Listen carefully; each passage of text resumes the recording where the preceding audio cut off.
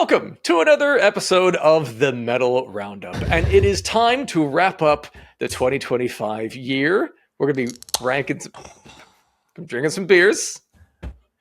Santa here's got some wine. So good. It's like you're welcoming kids into like the little fucking Santa's grotto. Welcome to the Santa's grotto. Do you like metal? Well, I've got a basket full of them. Oh god, yeah, I'd be dragging my kids out of there quickly. Get the fuckies of food. I nearly said I got a sack full of them, but that just didn't sound right. Cheers, boys. Hey, Cheers. Cheers, lads. Come on. Cheers to the audience watching as well. Happy fucking Christmas. Yeah. This is our Christmas party. This is literally for us. This is like me and Burbs, and next year, Steve, this will be actually your Christmas party. Like this will be your work due. This is my actual work due. So like, I'm full sending it tonight. Hold on, let me show my little collection. Here we go. You're dressed as Peaky Blinders. I'm not sure why. There's a little blue moon. So yeah, we're all in. We're all in. Great. Anyways, we should probably do the intro. I'm gonna take like this off, otherwise my face is gonna start sweating. I wanted to see it for longer. That's disappointing. All right, but it's okay. I've got an Eagles Christmas sweater. I'm still very festive. That's fine. That's fine. So we're gonna be going through the album of the year as part of our kind of reflecting back on 2025. So each of us have our own personal rankings for the album of the year. We've learned something from the Song of the Year episode we just did. And so this should hopefully be a little bit more normal, less disastrous. Although that's not really normal for us, is it? Disaster is kind of what we do here. Yeah. So we will be going through the across our ratings, average album of the year rankings from 20 up to 1. We'll skip pretty quickly through 20 to 10, and then we'll talk about the top 10 as part of this episode. Now, if you want to see our entire lists, we'll share those on Patreon. You can check those out later on. Do join. He's good. He's good. Right. Santa's got it. Christmas. Santa still got it, kids. Gift yourself a Patreon subscription to the Metal Fuck. Nailed it. Wasn't even rehearsed. Genuinely. That was unbelievable. Nothing's rehearsed here. Huge. That's true. Yeah, that's very good. That's I don't know evident. if you can tell. Now, 2025, creaky burp there. It's been an incredible year for metal music in particular. There are a stunning number of albums that are very, very good. This was difficult. This has been agonizing to do. So, without further ado, should we get into this, lads? We shall. Yep. We shall. Let's go. Great. We shall. Let's fucking do it. Okay, I'm looking at our average. I have not seen the results. I'm going to be focusing one row at a time here. We're going to start on number 20, 20th best album of 2025. Dayseeker, Creature in the Black Night.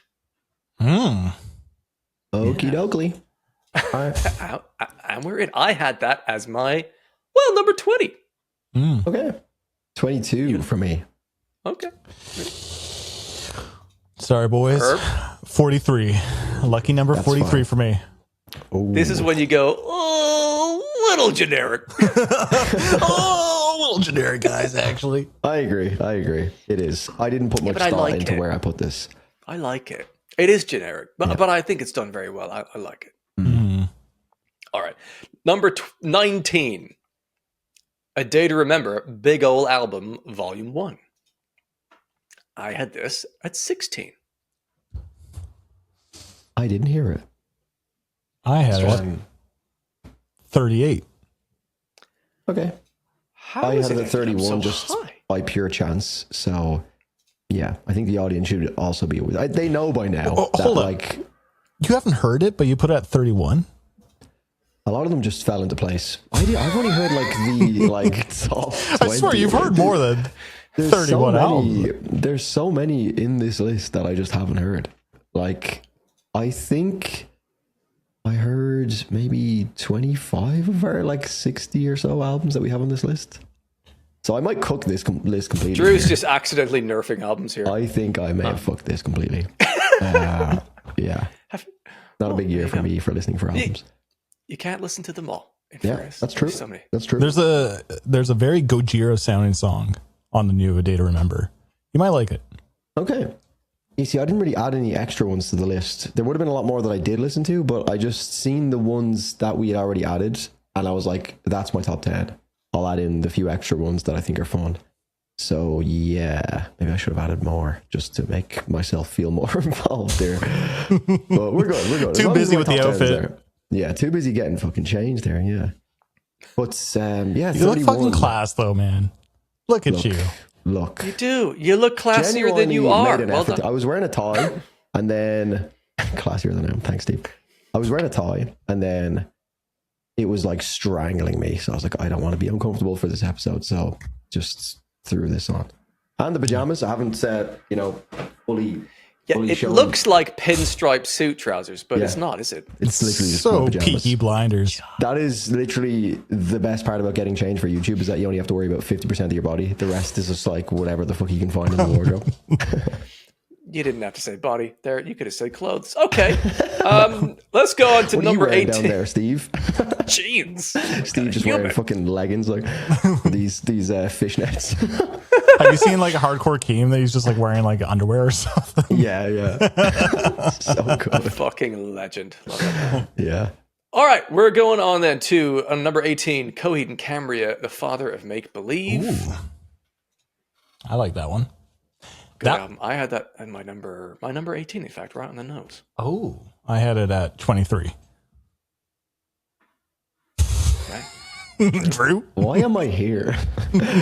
34, and I also haven't heard it. I don't think I've ever heard one of their songs. No, you've heard Welcome Home. You must have. This entire list up again. You know Welcome Home. Yeah, now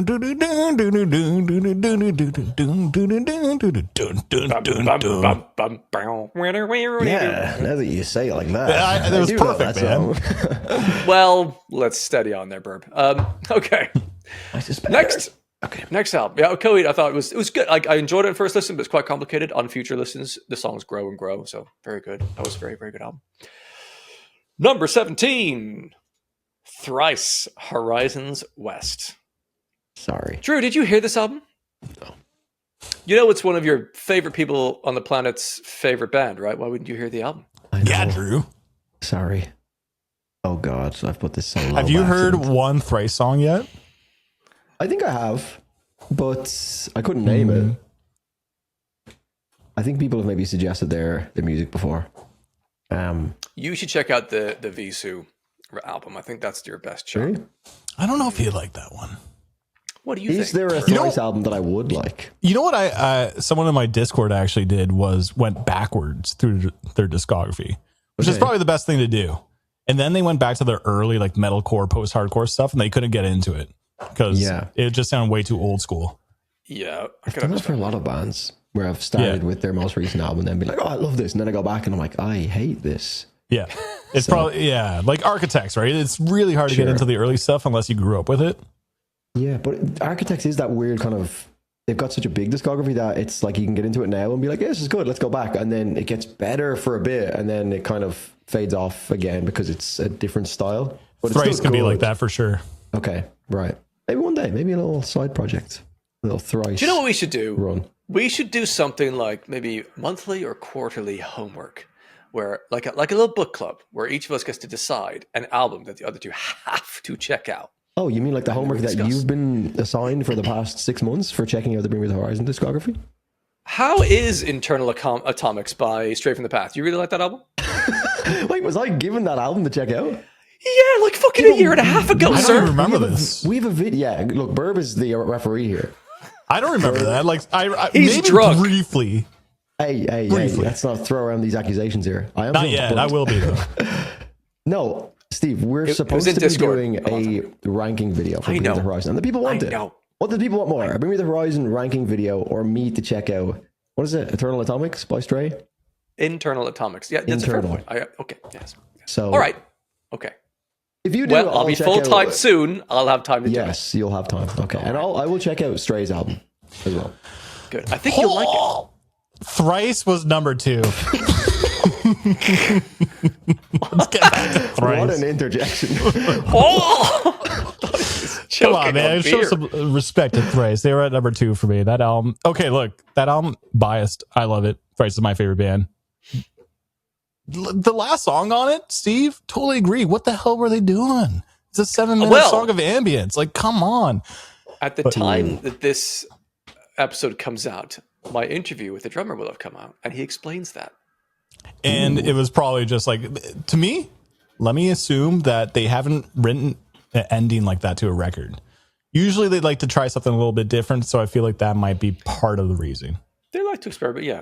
It's something about, it gives you time to sort of, the album doesn't just finish and you're back in the real world. It gives you time to think and reflect. It's kind of a sort of meditative moment to reflect on what you just heard, essentially. But listen to the interview and have him tell you from his own words. But you'll like this, Burb, because I put Thrice's album as my number 10. Whoa, that's higher than I thought it was going to be, actually. Wow. It's a very good album. I really enjoyed it. I feel bad now. Sorry, guys.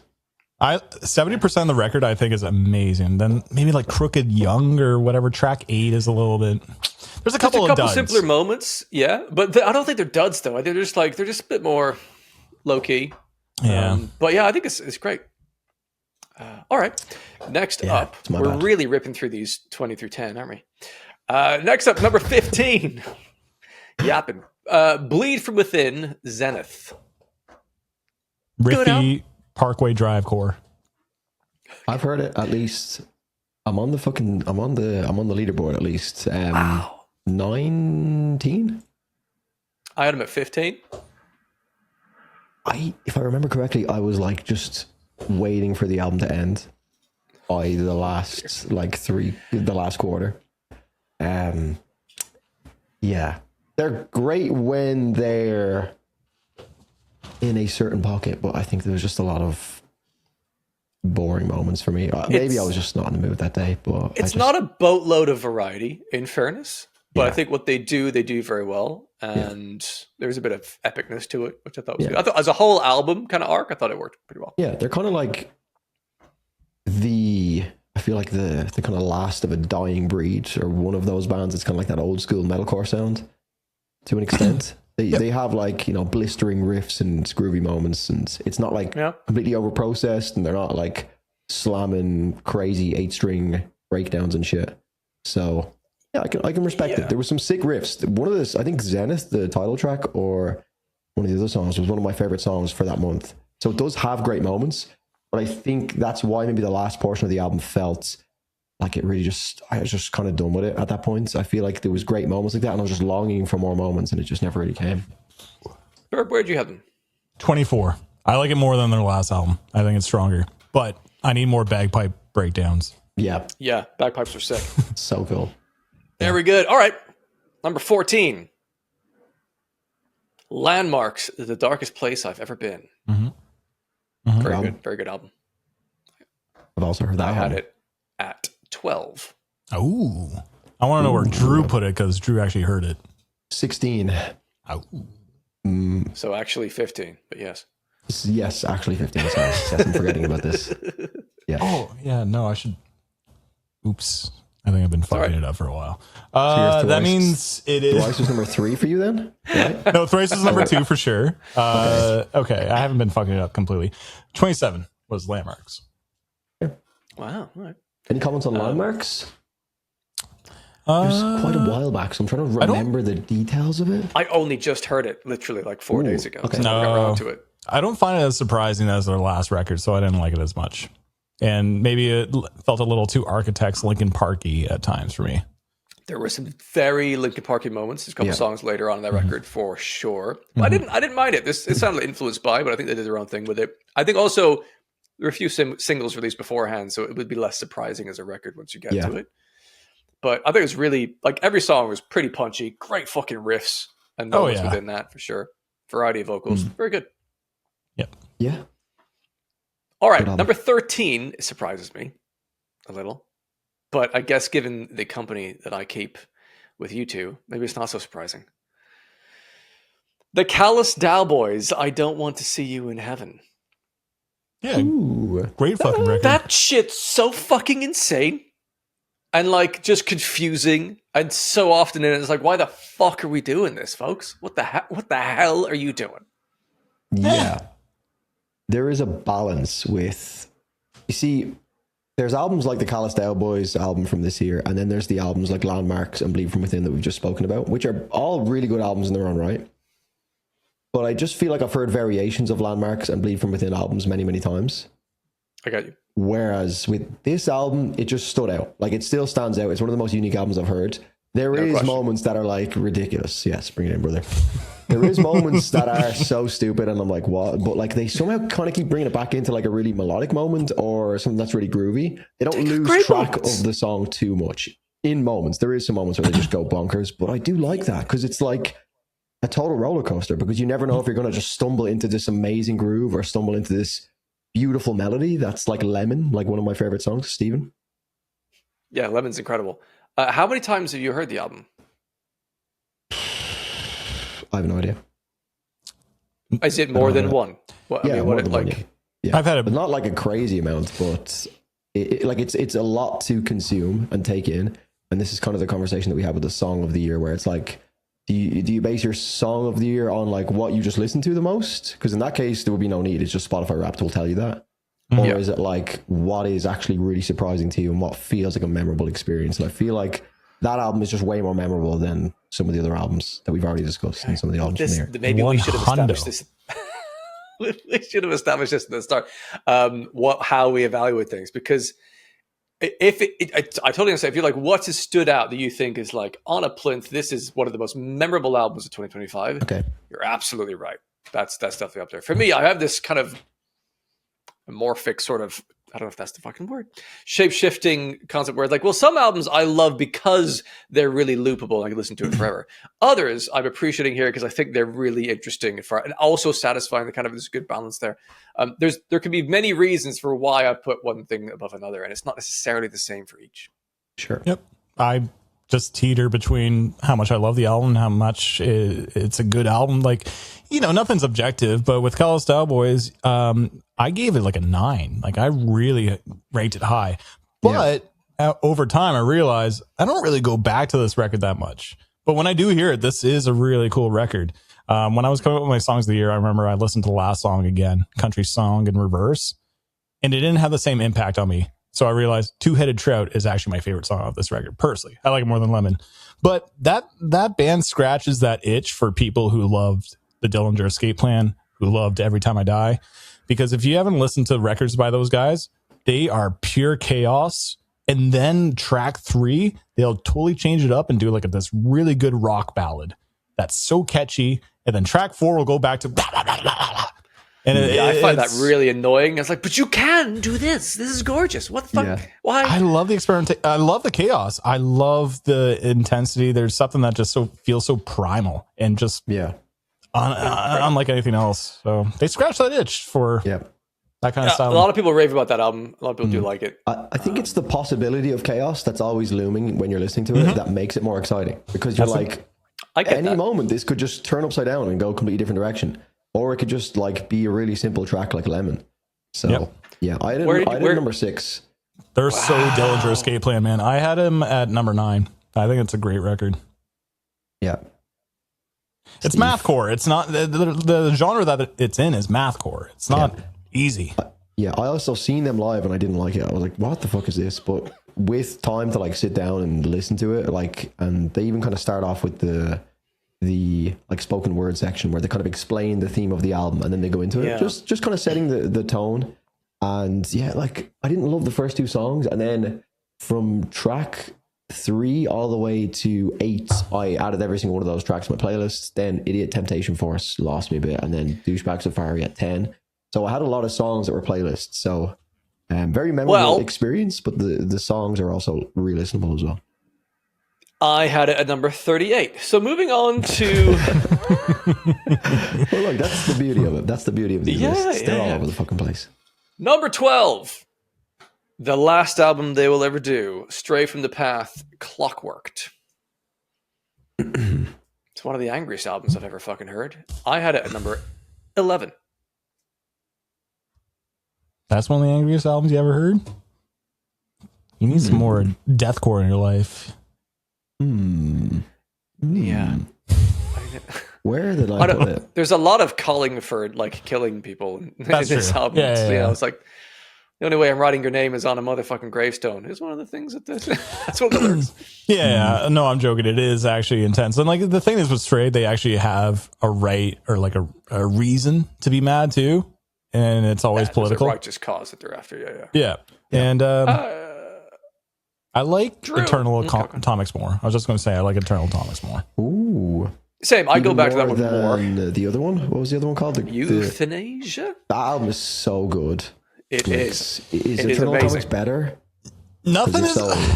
I put on that more often, but Eternal Atomics was my first album of theirs when I was like from front to back. Holy fucking shit. So The mix on to that brag. album is so So, good. Yeah, listen to Eternal Atomics, you Okay, all right. fool. Nothing You is had better them- than Make Your Own History. That's OG Stray. Yeah, there's some bangers on that. Oh, you've heard it? Yeah. Steve is like the Stray guy. I listened to them since like 2016. Yeah, Steve is the. If there was anyone that I would have expected to hear it, it's Steve in here. Oh yeah. I was repping a lot of Stray from the Past shirts back in the day. But Ooh. Well, Yeah. I wasn't watching your Have channel Stray back on. then. yeah, no, Straight up, I know right? not a lot of people were watching my channel back in the day, man. Yeah, I think because I'd only heard one album previously, and it was Euthanasia, because Steve told me to get onto it, which he was so right about. And then I heard this album. It's just not as good, in my opinion, which is fine. It was still like I still put it at 17, but I just didn't 16. 16. Yes, I didn't have as many moments in it where I was hold on. It's No, actually don't 18, right? 18. No, it's 16, bro. No, it goes because Flying Over is. Oh well, I'm about to ruin that. Jesus Christ! But just sorry. How often you do that is Yes. quite incredible. Rather impressive, I will say. Drink your I beer. will tip my cap to myself. So It's 7. You have it at 16. Trust me on this. okay, I'll trust you because I can't think straight right now. Yeah, that's good. That's Um, fine. Yeah, you know what? For me, I think lyrically, earlier albums are punchier somehow. Even though this is the angriest album I've ever heard. Like lyrically, it doesn't hit and catch quite as much as earlier stuff by them. But the riffs on the latest album are fucking brilliant, and the drumming on it is insane. It's the best drumming they've ever had. So, for me, that tickles me. Yeah. Now, just outside of our combined top 10 here, at number 11 is Architects, The Sky, the Earth, and All Between. Right? I had that at 12. Like, not that far off. Yep. I got it at 10. I had it at 26. Oh. Wow. I Hater. really enjoyed the sing. Sorry. The delay killed me there. Sorry. I really enjoyed the singles as they came out. I think there's really good songwriting within it.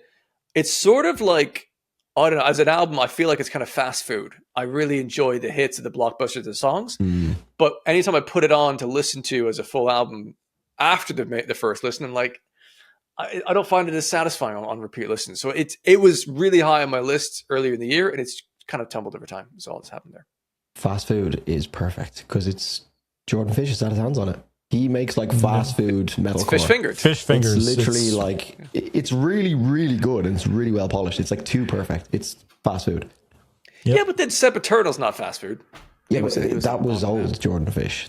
We're talking about this. That was what, like 2015 or some shit. Nice try though, Steve. No, this is that is the perfect way of describing it, which seems so obvious now, but I never really thought of it that way. It is fast food because I was like, I've listened to this album so much. Architects were like my number 3 or 4 album this year, and I was shocked by it. It's like, what? And it's just because it's kind of one of those things that I don't really like pay any attention to when I'm listening to. It's just quite catchy in moments. It's got like some pop elements.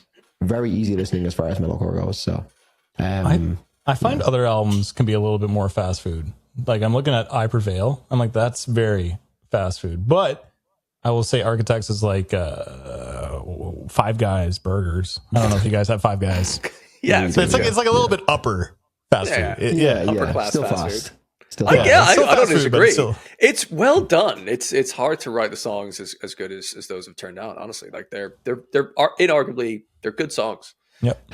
Yeah, It's so- just personal taste at the end of the day. I They think are I'm- also I'm hurt enjoying. by the quality of some of their older music as well, because you're always going to be like, oh, but like they've done this before. So I hate to say it, yeah. I saw You them. know what? I saw them live, man, and they're a completely different band. They don't play. We've had this chat. I think in the interest of time. Yeah. I think we go on. He's putting the muzzle on me, man. I don't want to be punching architects. They are incredible. The album is fantastic. It is a really good album. Top 5 favorite band. Not anymore. It is an incredible band because it's so easy. It's an easy album to just pile on. Everyone seems to pile on it in the circles that I see. But it is really good. There's so many. Hollow Crown. Black Hole is amazing. I mean, certainly, like, I think probably the music video of the year. That was incredible. My favorite song they've released in years. So yeah. All right, we are now in the top 10 after almost half an hour. Number 10, Asava Mantras. This one kind of came out of a bit of nowhere. I've only heard it the once. I've heard a couple of songs a few times. I had this at my number 19, which is pretty high for an album I've only heard once, but there's so much. I found it really satisfying and interesting as fuck. A little bit different, but had a lot of the elements of other modern metal bands I like. So I've been liking what's in there, and it makes me curious to hear it more. And I want to like put it on more. I just haven't had time, but I really like what we get from that. I don't know whether over time that's going to go up or down in my own list, but I suspect that's going to go up. I'm glad you like it because I remember when I was hearing those singles, and it was like the third song, Acceptance. I'm like, again, we've had this conversation where like I had to go back to the song. I'm like, I think there's something really cool here. And then I listened to the song more. I'm like, okay, the song is actually fucking outstanding, at least the second half. And then I checked out the album. Like, this is really cool. Like, it didn't floor me, but I think there's a lot of potential with this band. So they were at number 11 for me, Mantras. Okay. They are numbered at 12. Steve, can you confirm which number that actually is for me, please? I'm getting confused now. Is that up or down? Does that mean they're at 11 or 11? You know, here's how it works, Drew. Here's how maths work. There's row 1. I probably can't process. I thought I was right earlier, and you were just you got row 1 wrong, and I'm like, that's the agree. Header. That's the title. Okay. Underneath that is your rankings. True. Hell so yeah. You're already number 12, which is actually number 11. So me and Burb got the same number, right? We're both number 12, which is what technically is 12 number in 11. Roman numerals? That is the only thing that matters right now. XII, right? That would be correct if they were ranked at 12, but it's 11, sirs. Okay, so what is... Oh, right, XI. Yeah, I mirror what Burb said. I think me and Burb kind of had a similar experience, probably just like through Twitch streams, people suggesting some of their singles and stuff. And I was like, I could hear that there was something there. I think I'd heard like Rue and Confidence or whatever, probably the exact same situation that you had. And I was like, there's something here. And then I think I checked out Acceptance in my own time, and I didn't love it, but I understand that it had fun moments. Lo and behold, the album came out, checked it out, and it's similar to what I said about the Callous Boys, where it just feels like it stands out this year. Even though there's flaws, I didn't give it like the highest rating. I think I'd given it like an 8, which is still pretty high, but there's like the heavier moments and it just don't feel like they're there yet, which is, I think, what Burb kind of feels roughly. You know, in Acceptance, they go into that heavy drop where he does like this low guttural almost. That's like the one moment in that song where I'm like, damn, that's a good heavy. But like the first like 2 minutes of Acceptance is like trying to be like Meshuggah, but it's not working. It's until it gets all Sleep Token for the second half. I'm like, this is fucking excellent right now. I watched an interview with the lead vocalist, and like he directly cites that his influences are Sleep Token. Like he's trying to kind of do something similar to Sleep Token. So the way they like build their songs is very clever, and they're very good at doing that. But like they have also basically said that, like, I don't know if have you guys heard Canyon from them? I want to. I know you talked about it. Fucking good. Yeah, I did a video for that, and it's not like their new album, but you can hear that that's where they shine. And it's like he said in the interview that I watched that they are basically transforming the band now. They're going into this new direction, which lo and behold is the album that comes out, and it's like they're going into this metal world. And he cites Sleep Token as an influence. So they're trying to do the Sleep Token thing, but he's got an incredible voice. Their songwriting is amazing. The acoustic elements of it are really, really cool as well. But it was just the heavier moments. I thought like the mix didn't sound right. It sounded like they hadn't really got that like locked in. So when the heaviness comes in, it feels like a different experience to what we've just been hearing. But it's everything else is so sick. It's the exact same. We're both like the exact same. I think we've locked in on it. Yeah. Just one thing before we move on is that Dave Grohl actually shouted them out. There's like a video on their TikTok where Dave Grohl saying like, "You guys are going to fucking blow up," like because they opened for Foo Fighters at like some festival or something. So hey, if you have Dave Grohl shouting you out, then you know It's pretty good. Yeah, there's promise. What's interesting is it's this year's Grin in a lot of ways. I think there's a lot of similarities between them and Grin. There's a same sort of Sleep Token influenced darkness, harmonious. There's a play between it. But Grin have been quite quiet for a long time. I think they're trying to get their stuff together in the UK over here. But Saba and Grin, I think are in this. That's like Breakaway. Breakaway didn't drop something, and they were getting some hype for a little bit too in the Sleep Token vein. Sometimes that happens because it's gone well. There's some hype, there's some interest, and then they have to like figure things out with labels, get everything squared away. Contracts take ages, figuring out a plan to publish and promote. Like, so they'll get management, and then things will take some time, and then they'll launch fully. I suspect that's what's happening with a couple of those bands. Well, Breakaway, they're like children too. They're like 16 years old or something. Yeah, that won't stop label people from going. There's an opportunity here. Think about Harper. Anyway. Number 9. One of my favorite fucking albums of the year. One of my most played, Thornhill Bodies. Oh. Yeah. Where was it? I had it as my number 3. I know that on first listen, like as you're analyzing, you're like, okay, there's a cohesiveness to this. Is that interesting? Is that interesting? That some people were kind of criticizing it for, but the fucking grooves are amazing. The vocal melodies are interesting and satisfying. That album is so fucking loopable. I can't get enough of it. It's really satisfying from start to finish. I adore it. Yep. A lot of people do. I think Drew and I are like a little bit of the outliers a little bit because I don't know where you had it, Drew, but I had Thornhill at number 16. Great album. Like, I mean, they're like really good album, like for me, but I understand the appeal. Maybe I just have to go back to it a little bit more. But Mercia, I like Mercia. That song fucking clicked right away for me. Yeah, me and Bird may as well just morph into the same person at this point. Like the last two opinions have just been identical, but yeah, hell yeah, bro, let's go. 21 for me. What I'm hearing is we don't need both of you. We add a camera too, by the way. Oh god. So which one of you are we firing? Because you've got the same opinion. We should both get someone of us. Else. Yeah, okay. Just both of us. Yeah, just you just lock it down. Steve Roundup. Yeah, 21 for me. This is definitely the album this year that I have struggled with the most because it's like everyone loves it and I'm just not into it. I listened to it in different environments. I went for a run with it on and I was like, okay, maybe this will just be a different experience and I'll like be able to just, and I was actually running, like blowing my lungs out and I was still kind of bored by the album. I was like, this just doesn't do anything for me, even to the point where I just put on the Dark Pool and I was like, okay, is it just me being like nostalgia baited by something that I loved in the past and I can't get into the new stuff? Nostalgia baited. Yeah, I made that up right there. There you go.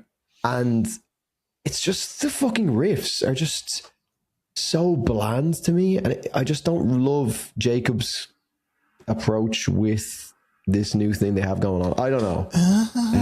I can't. It's a lot of crooning and it just. I don't know. I'm surprised you weren't thrusting at the same time. Yeah, you want me to? No, sir. I will with a couple more drinks. I like it. I like the sexy vibe. I've struggled with it because it's one of those. When I've gone back to it and tried to go back, I don't enjoy it. So it's very hard for me to like. Fair enough. What it is that I don't like about it. So I'm just like. But because it's so popular, it feels like there's like this agenda where you're like, oh, you're just hating on it for this reason. I'm just like, Me and the Black Album by Eminence. I was out on a fucking island by myself. It's fine. Yeah, that's completely fine. Yeah, but look, like Burb said, Mercia was my favorite from the, I guess, deluxe edition. Maybe Silver Swarm was actually really good, and Nerve. I like those two songs, but album overall. You look so fucking class right now, Drew. Just thanks, that bro. Pose. Yeah, just chilling. But this might just be my new thing now. I might just have to keep this going. You're going to be a raging alcoholic. Yeah, I need a whiskey. That's the only difference. This is wrong. All right. Number 8. Novelists with the album Coda. A very, very good metalcore album. Songs stand on their own. There's a little bit of difference between that. Camille's a fucking excellent vocalist. There's wonderful guitar work in it. There's great grooves. Song structures are cool. There's some variety and some experimentation going on here and there as well. Fucking great album. I had that as my number 6. Ooh. Yeah. I had it. Fuck. I had that Fucking number. I can't minus do one. this. Minus one. 8. All right. 8. Correct. 8? Okay, I had it at -1.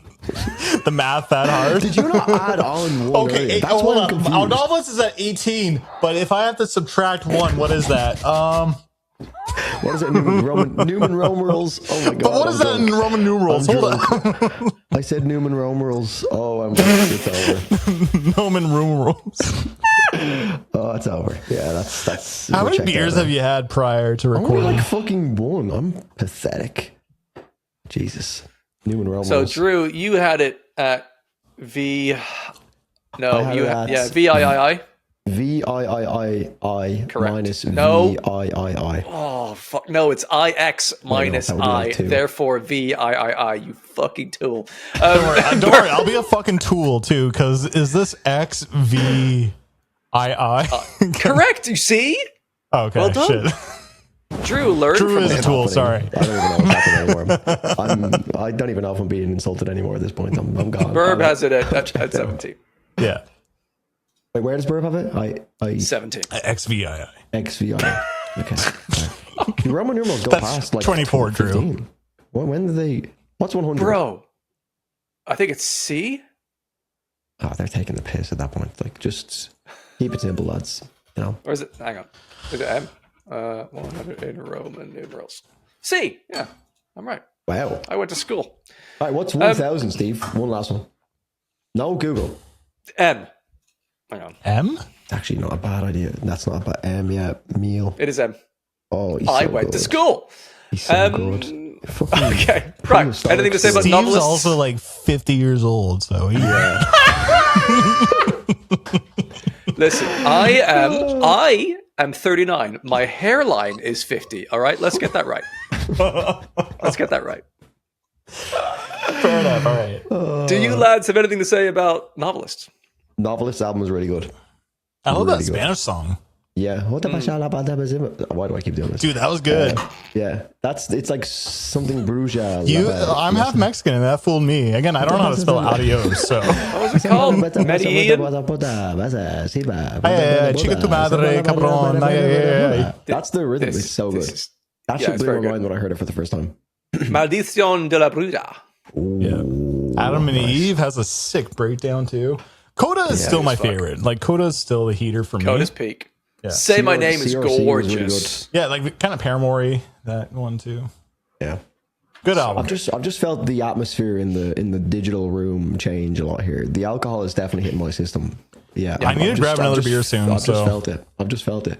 So this is I've the had- worrying part. This is usually when people start getting cancelled. So yeah. What I enjoy is that Metalbirb looks like Hagrid. Hold up that beer again. Dude, I literally have a Hold photo up of the beer. me side by side with Hagrid. Hold up the beer. Like you look like Hagrid. Because if that looks like a normal pint. You're just like a massive- Oh, yeah, that's what you mean. Oh, I literally yeah, have a yeah, photo yeah, of me okay. side by side with Hagrid because my long hair and I look just like fucking homeless and yeah, like an ogre. That sounds really harsh. Jesus I Christ. know. I look like a fucking ogre, guy. I look fucking homeless and an ogre and just fucking hate No, myself. I swear, I love myself. I swear. Neither of us like told them no. The beer is hitting me. This is a strong beer. It's fucking what the 8%, which What just happened? that's not that strong. Listen, if you've been enjoying stronger. this before this gets worse, subscribe now.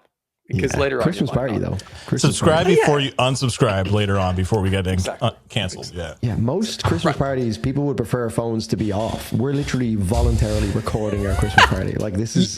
So Keep My bad. talking. I'm grabbing another one. Can I go to the toilet? Can we do a little like interlude? What the fuck am I gonna do? Sorry, you just chill, man. You can keep the camera. I'll talk to the people. Can you talk to the camera? Like, don't even cut talk this to out. people. Just I chat. won't. Okay, I'll be 2 seconds. All You right. got it. Christmas party. Right. Can you talk? As he's gone away, if we look at the background here, let's analyze Burb's place.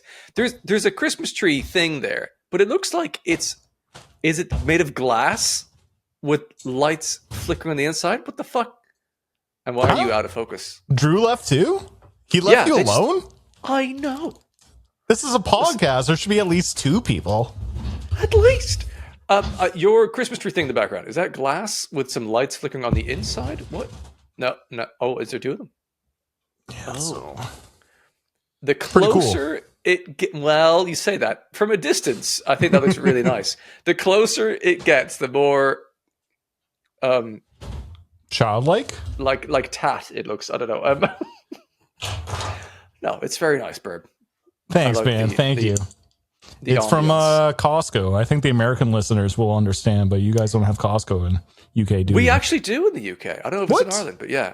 In the last decade or so, they've come over here.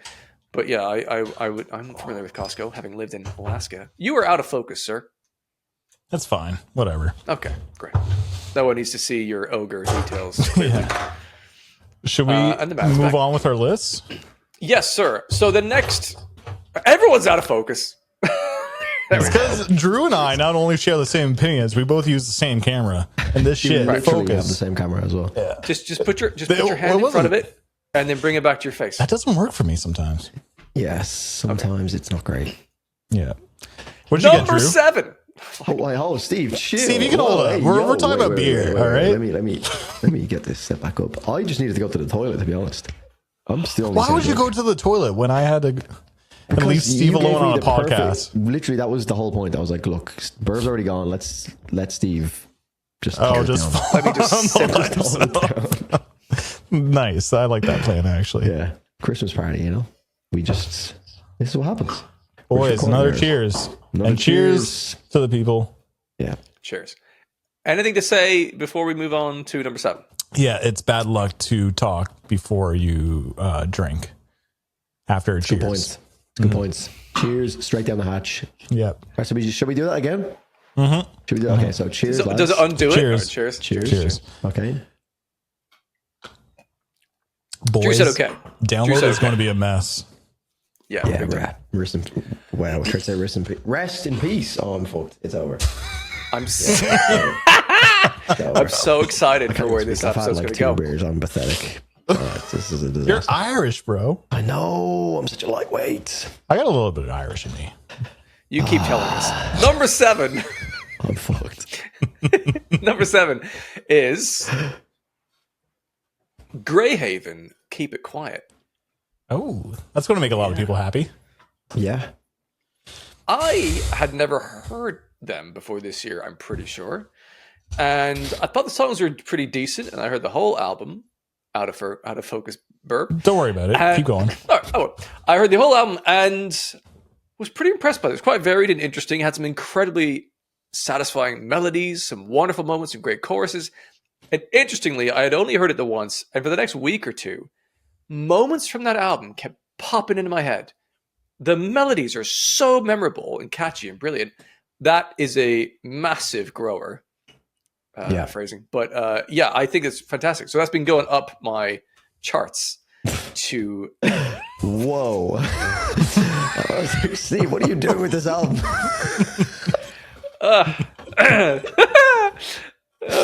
Shit. Like, whoa, I've been enjoying it immensely. You get the physical inside copy? and out. I want to make some jokes, but I'll just die. I had it number 9. He's crying again. How many times has Steve cried on the podcast? Yeah. The guys in the Discord have been working on a compilation of the best moments from this year. I cannot wait to see whatever comes of that. Are they editing? No, they wouldn't be. Well, no. I hope so. Anyway, sounds like a lot of work for us. No, thank you, folks. Looking forward to that in some fashion. Yeah, I had it number 9, which is pretty high. Very good. Hold that record hold it together, Steve. Sorry. Hold on. Where are we at? Greyhaven? Okay. Yeah. This episode's called. Look. Let's be serious. Lock in. Okay. Lock in. Steve, Greyhaven. Oh, what? He's All right, post. Greyhaven was number 14 for me, and the reason is a lot of people would be like, oh, how come it's not higher? It's because I like other Greyhaven albums a little bit more. I think maybe if it's your first time hearing Greyhaven, then it's fucking special. But since I've heard a few albums, like my critique was that it just sounds a little bit more the same, which is like, hey, if it's not broken, then why fix it kind of thing. But I don't know. It just didn't really blow my mind as much as I was hoping, considering the hype around it. Because this is the first time I ever heard the community rave about Greyhaven. Years ago, I covered Greyhaven. People were not talking about them. But now, all of a sudden, like the metalcore community is like loving it. I'm like, oh, this is cool that you guys are catching on. But like, I don't know. Burn a Miracle, Technicolor Blues, those songs are standouts to me. But that one is, number 14. I will counter Burb's Go for points respectfully. Go for it. Just, I did hear Empty Black from 2018, and I really didn't like it. I specifically remember not loving that album, their older album, and this album has me gripped. I don't know, maybe I need to go back and listen to that album, because now I've like dipped my feet more into the Greyhaven world. But I think even watching Steve's reaction to it, I was in the gym and I was like, fuck it, I want to listen to this album. Steve just put out a video for it. I'm going to listen along and just see if there's other things that maybe I didn't pay attention to or whatever. And the melodies were like really just clicking with me, and there's some riffs in there as well. And the guy's voice is such a soulful voice. And I don't know, like I think I went into that album as well. I think we even spoke about it on one of the episodes of this podcast. I specifically told you guys that everyone in my community and people are telling me to check this album out, and I like literally said, I don't think these people know my tastes, because I'm not going to like this album, because Empty Black didn't land. And this maybe that was the right mindset to go into it. It fucking hit, and it's getting better for me. The melodies across the album are just so unique, so soulful, all so soulful. And I fucking love that album. That was my number 4. Oh, cool. Wow. There we go. That's going to make people happy. Yeah. It was that and the Calisteo Boys were wrestling for the 4th spot, but I decided that one was slightly better. Wow. Yes, very, very good album. Number 6. I don't know. We're laughing. Sorry, shut up, Drew. Number 6. Shut up, yapper. Come on. We've got 6 albums to go. Fuck's sake. All right, number I'm 6. not talking anymore. This is why I host. I move shit a lot. Number 6 is Deftones' Private Music. Okay. Yeah. Brilliant record. Return to form. Really good. Big fan of that. I had it at number 14. There's others I preferred on going back to, kind of repeat listens, but an undeniably great piece of work, I think. I trust your opinion because you are the Deftones fan here. Like, I jumped on the bandwagon a little bit late, so they're at number 5 for me. But mind you, like I love the record, but mind you, I was very late to the Deftones party. I saw them live when I was like 16. I thought they were cool, but I don't know. I just never went back to them. And then it was only like the past couple of years. I'm like, no, it was Ohms. After hearing Ohms, I'm like, holy shit, I think I've been sleeping on this band. And then I checked out their discography, and I've been on a Deftones kick this year. So yeah, they're number 5. Number 7 for me. Sorry, I'm struggling so much with this one. I'm actually just going to count down 1, 2, 3, 4, 5, 6, 7. Roman numerals. I know you've told me it's the number -1, but I can't trust it. Can't trust it. What can't you trust? That math still holds up after all these I can't trust millennia? Fucking hell. It's number 7 for me. Great album. Yeah. Is it actually number 7? It is actually. I checked it because you need to check on these. But it's number 7. Steve has a double check. Number 8, I do. Only when he says what the number is, I have to double check that. He's literally double checking my numbers. I'm fucking pathetic. I'm like a fucking child. I'm pushing 30 here. Good album. Infinite Source. Incredible song. Yeah. Now we're on to the top 5. Ooh. I need a beer. Do you? Cheers to that, brother. You know what I need? Another beer. That'll help. Cheers, fellas. Cheers. Sláinte.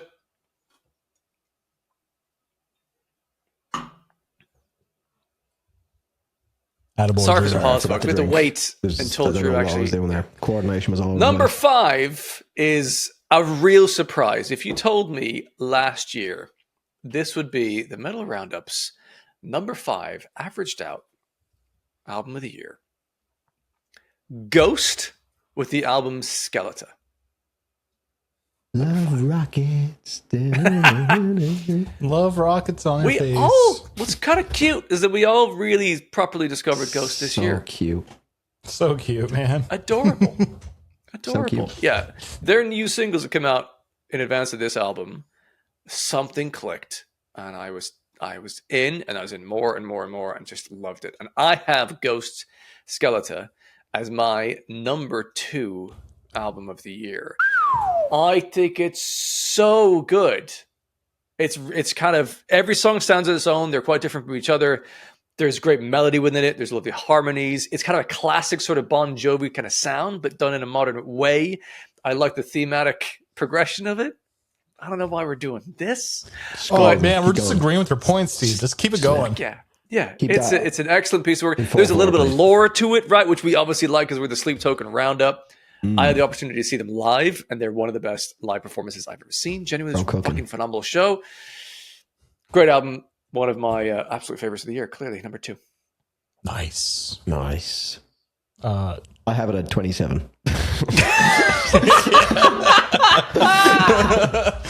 No, you don't. I was about to do that too, but I lost my count. You don't. I'm fucking 21 for me. Wait, are you being serious? Yeah. I was about to do the same joke. Yours isn't even a joke. Mine actually is. Well, I know. It's not like, but you know what I mean. Like, Steve's hyping it up like crazy. But oh my god, you were bobbing along, and I was like, "Oh, Bird must have this quite high. I'm gonna bobble along." no, they're fucking 21, man. Oh my god! Holy shit! Wow, my 21 is "Bodies" by Thornell. Actually, that would be my 20th. So fuck off with these stupid numbers. My number 3 is "Ghost Skeleton." Yeah, number 3. I mean, that's high praise. It's fantastic. It's fantastic. Yeah. I've listened to that a lot of times. So good. Like but I also think, as a side note, it's very accessible for people to get into metal via it. Like, it's a kind of nice spread of sound. Is it a good metal gateway though? Is it even metal? I think so, because it's there is some kind of metal most people riffs. do not even listen to a hard rock generally. Yeah. See, my idea of metal goes as like far as like Mirror and Cat's Claw and shit. So I'm like, there's obviously we're not the norm. There's a scale. In society. That the Ghost is still very much Ghost a gateway. is not metal, but I guess it is. Yeah, hard rock. Their initial stuff for sure. The older stuff is like very is like Black Sabbath metal, which is still metal. Has someone coined the term soft metal? Because it's hard rock. There needs to be a kind of like blend of the two worlds where it's soft metal, hard rock. Flaccid Ghost metal? is so soft metal. Ghost is metal. fucking flaccid metal, yeah. Sorry, metal. Not trying to be rude, that's but they are flaccid metal. Yeah, erectile dysfunction metal. Because they got a song called Love Rockets. Well, Missy Elliott. If you want like a chub, maybe Bad Omens or something, but like full on would be like Whitechapel or Shore. Ooh, that's erect metal. Then you're gonna have the people that are gonna be like, let's not do this. Yeah. I'm too far gone for this conversation. Anything else to add for Ghost Skeleton? Ghost Skeleton is, like you said, Steve, biggest shock album for me this year. Not necessarily because I was like, I hate Ghost. It was just because they came out of nowhere. Whoa. Pause on that one. They came out of nowhere. On my face, Ghost right in your Rockets, face, of course. like Ghost Rockets. Love Where rock, was your actual ranking? I'm confused. Was it actually 27th? No, three. I fucked it up for everyone. Yeah, you did. Yeah, because if you had had a high as well, that would have been number 1 easily with a 2 and a 3. But I like it, dude. There's a Ghost album. I forget the name, so the story's not going to be great. I like more. Moving on. Meliora? Yeah, that one. That one's fucking amazing. Meliora's really good. Meliora was so good. They've got great albums. Yep. Okay, we are now on number 4, just outside of the top 3. Spirit Box Tsunami Sea. Ooh. Let's go. It's low in the rankings of best album name. However, the songs themselves are great. Tsunami Sea, I think, is still is a bad name for an album, but it's a great selection of songs, and I enjoyed it on first listen. I've loved the singles going into it. Like No Loss No Love is my favorite songs of the year. Soft Spine is fucking awesome. Perfect Soul is gorgeous, and I think they set up such a high bar that the rest of the album on first listen, I was like, well, there's some interesting choices. There's some experimentation. I'm enjoying this, but didn't quite reach the heights of the singles for me. But on more listens, that album for me grows and grows and grows. And that's gone up my album of the year list. Every time I fucking say A very good insight into Steve's listening habits. It's gone deep. That one's up. also been up my ass.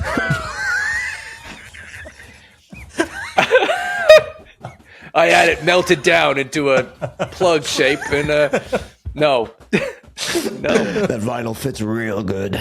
Sorry. Grows and grows and grows. What? Vinyls are quite large, Drew. Anyway, quality album, very good. It's a grower. How far up into your ass is that one, Steve? It's in deep, sir. It's near and dear to my heart. Fucking hell. Oh, I can't unhear it every time you. Just twice you said that. What did you even say? I can't even remember what you said. It doesn't matter. He said like it's gone up something. That's really gone up for me. Oh Yeah, you're right. it met with Lemmy well with Winks. some lube. As he clenches. Wow. Yeah, it met with my friend Lemmy Winks anyway. Far up the album rankings list over time. Thanks. Oh, you're just teeing them up and I'm just fucking. Anyways, I had that at 14. Sorry. Boo. Yeah. 13. You didn't. Actually, it was 13. You 13. Sorry. Less of a boo. Mine was at number 6. Yeah. Okay. Oh, did I say where it was? Oh, yeah, number 4 for me. Oh, you like it more than okay. It didn't like it started lower at the start of the year when I first heard it. I was enjoying other things more, but genuinely, the more I listen to that album, the more I really, really like it. It's very good. I have felt no urge to go back to that album. Weirdly enough, there is some great songs on it, but I don't know what it is with this album. I've very rarely found myself even going back to any of the singles. No Loss No Love is an ass beater and it's fun, but I've not felt any desire at all. Because we know your Spotify rap, Drew. It's just fucking sad boy cry wank. That's why. True. There's some sad boy cry wank. Nah, right. Sad woman cry wank.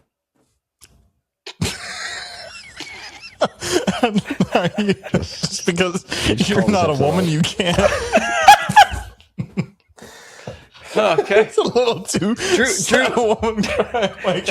can't relate. It can't relate for the live experience. That's why we said that we subscribe before we get canceled. So it's already fine. It's too far gone. No, you're good. Fine. You're good. You're good for now. We'll come back in 30 minutes later. So, yeah. Spirit Box, Tsunami Sea, number 4. Number 3, Unprocessed Angels. Angels? Who's pluralized this? Wasn't it just Angel? Angel.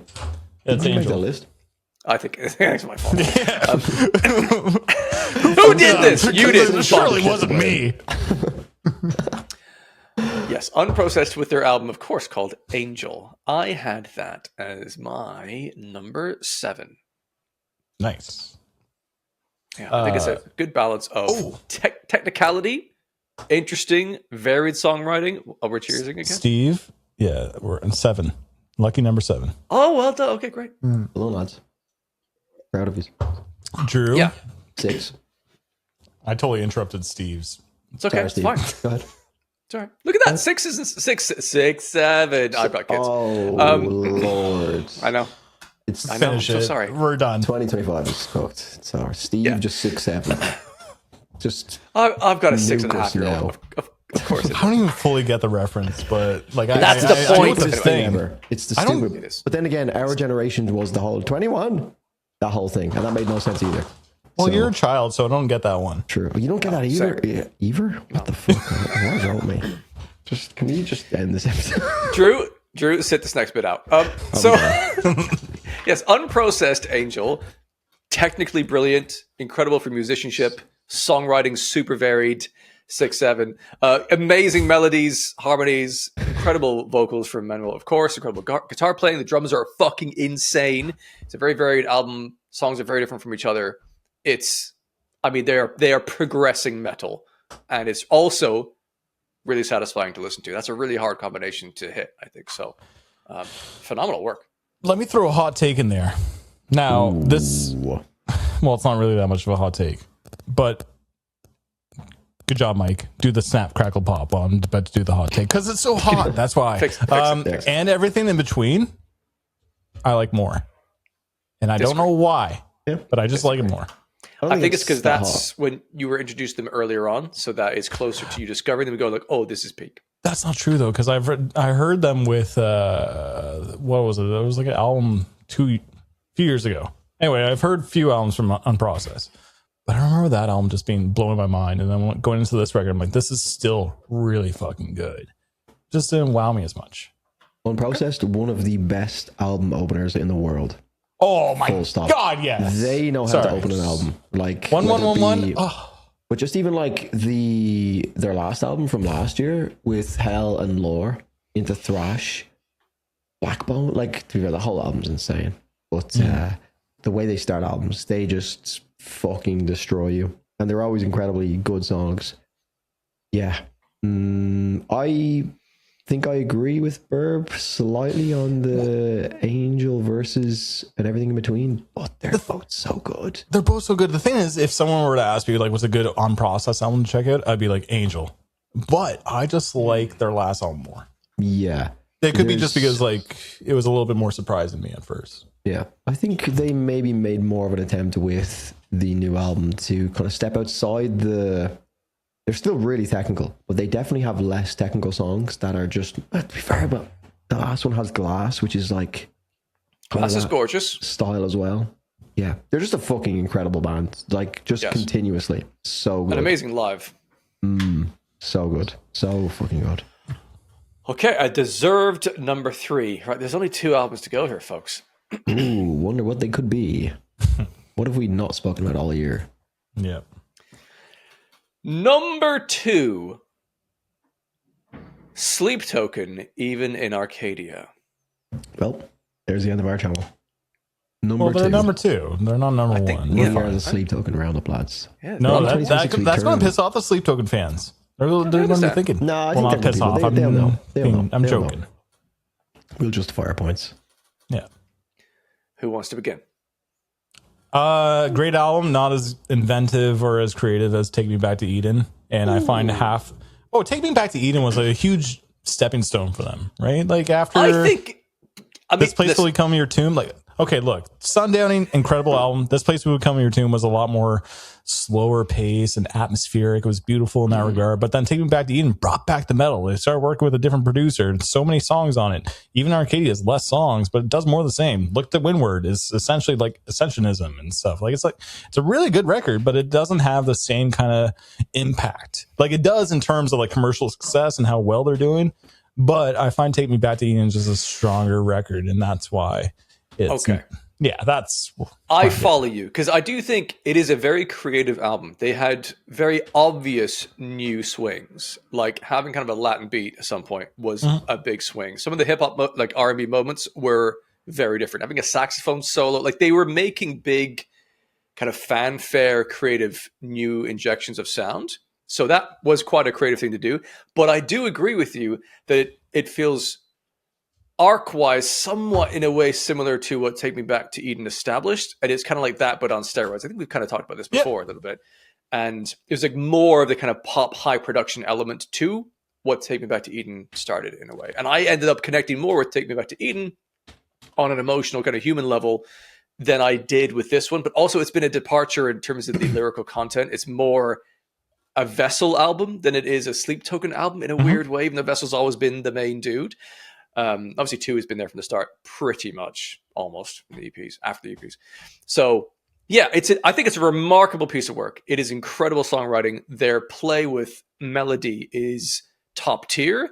And we were talking in the Song of the Year episode a week ago, Gethsemane as an example, has so many different varieties within the same song.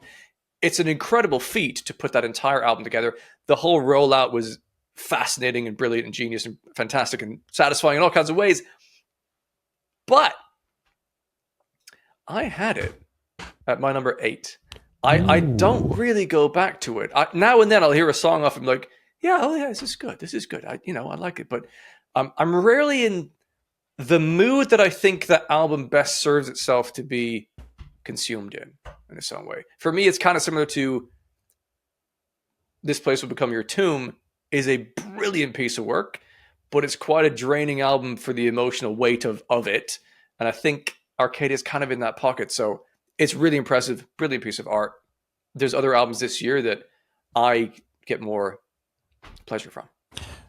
I know Drew will have a lot to say with it, so I just want to say one more thing. Like, yeah, it was number 4 for me. I really love it. But like Sundowning, This Place Will Come Your Tomb, they had, every song had like a distinct like style and genre. But then what Take Me Back to Eden did that was different was mix the genres together in one song.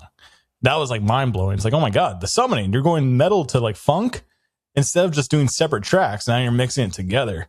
So even Arcadia just did that a little bit more. And it's funny because we were talking about what our thoughts, Steve's pouring more wine, what our thoughts even Arcadia was going to be like. And I said like, oh, it's probably going to be like Take Me Back to Eden on steroids. And Steve, I remember him saying like, I don't think it's going to be like that. I think they're going to do something unexpected. And you know what we got? I felt like we got Take Me Back to Eden on steroids. And then that ended up being the thing that didn't really wow me. It's the thing that I was kind of hoping and wanting. And then I got it. I'm like, yeah, but it's just not like Take Me Back to Eden was just such a strong album. But yeah, number 4 for me, Drew, let's hear it. Yeah, I will, just on your last point about your predictions for the album with it being on steroids and Steve's prediction for the album being that it would be completely different. I think you're both very right. I think it is Taking Back to Eden on steroids, but it's also very different where they found, right, this is our niche. We are this new pop group that can also do like ridiculous heavy breakdowns and we can just kind of do whatever we want. And a question and a brain teaser I wanted to pose to you guys with this is because I think there's a big factor with this whole, like the shock factor of Taking Back to Eden has to be considered when you like compare the two albums, because even in Arcadia, you're kind of expecting the rap sections from Sleep Token because we've heard it. If Even in Arcadia came out before Taking Back to Eden, I know it's hard to really think about it now because we've seen the order. We've had years with both albums, or well, a couple of months and a couple of years. Do you think the conversation would be skewed differently, or do you think the body of work in each album still like speaks for itself in where most people have it ordered? Or is it because people were so bamboozled, me included, all of us included, with Taking Back to Eden being so different? If Even in Arcadia, exactly as we know it now, dropped instead of Taking Back to Eden, and then Taking Back to Eden dropped with Even in Arcadia? Such a good question, dude. It's because, I mean, it's hard to know, obviously. And part of the factor could be a subconscious level of like, Sleep Token has become this other entity that anytime you say the phrase Sleep Token, it kind of means something else now. And part of that is the popularity of it. And it's impossible to know what subconsciously that might do and how I perceive the lyrics, the meaning, the tone of it.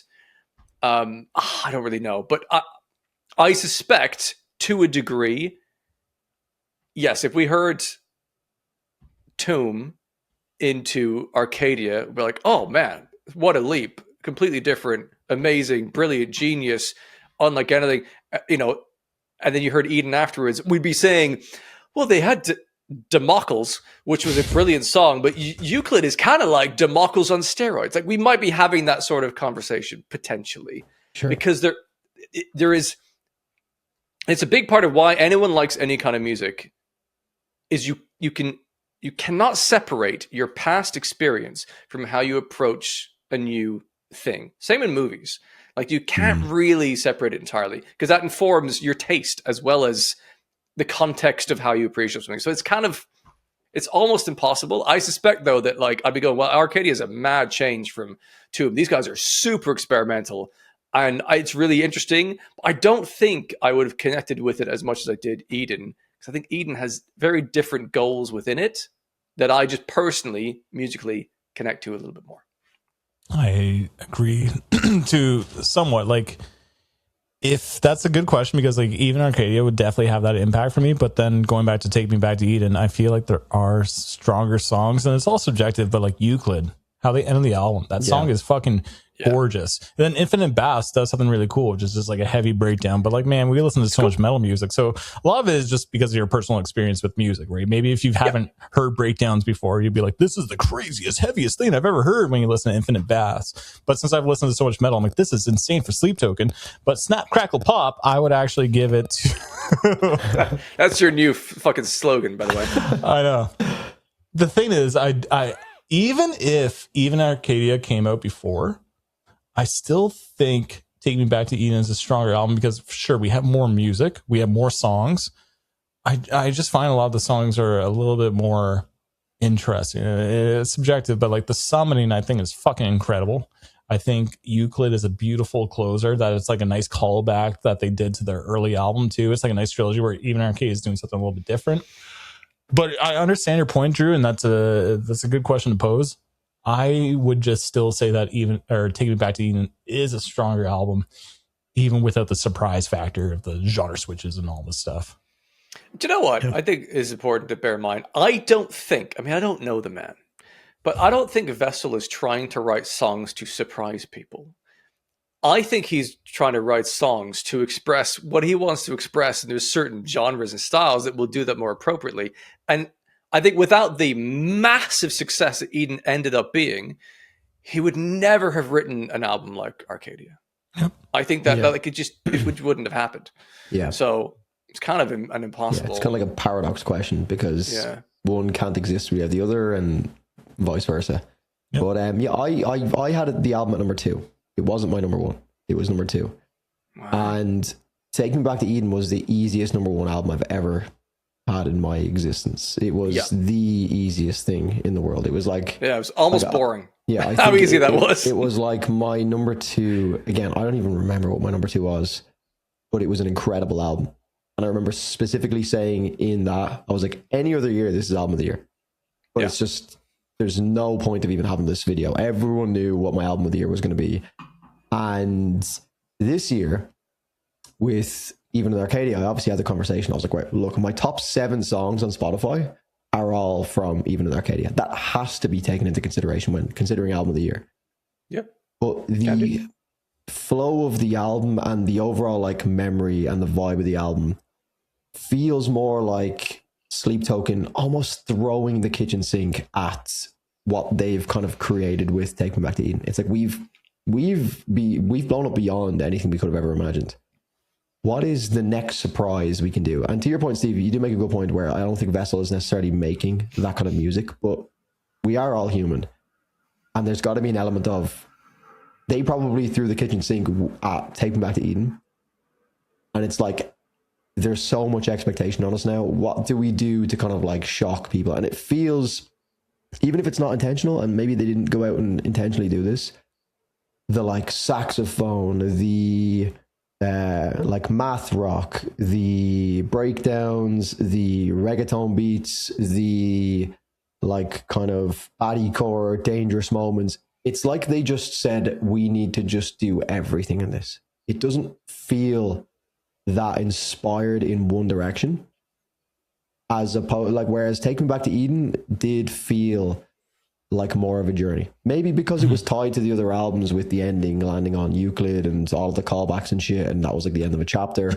But this one, the reason as to why I don't put it at number 1, despite a lot of the songs being so fucking incredible and songs I return to, the body of work from like start to finish is not as consistent as Take Me Back to Eden for me. Take Me Back to Eden is like an easy click play and let it just play the whole way through, and I've no problems. There's like the odd moment in it where I'm like, but it's like a song, so I'm like, let it play through, give them that respect.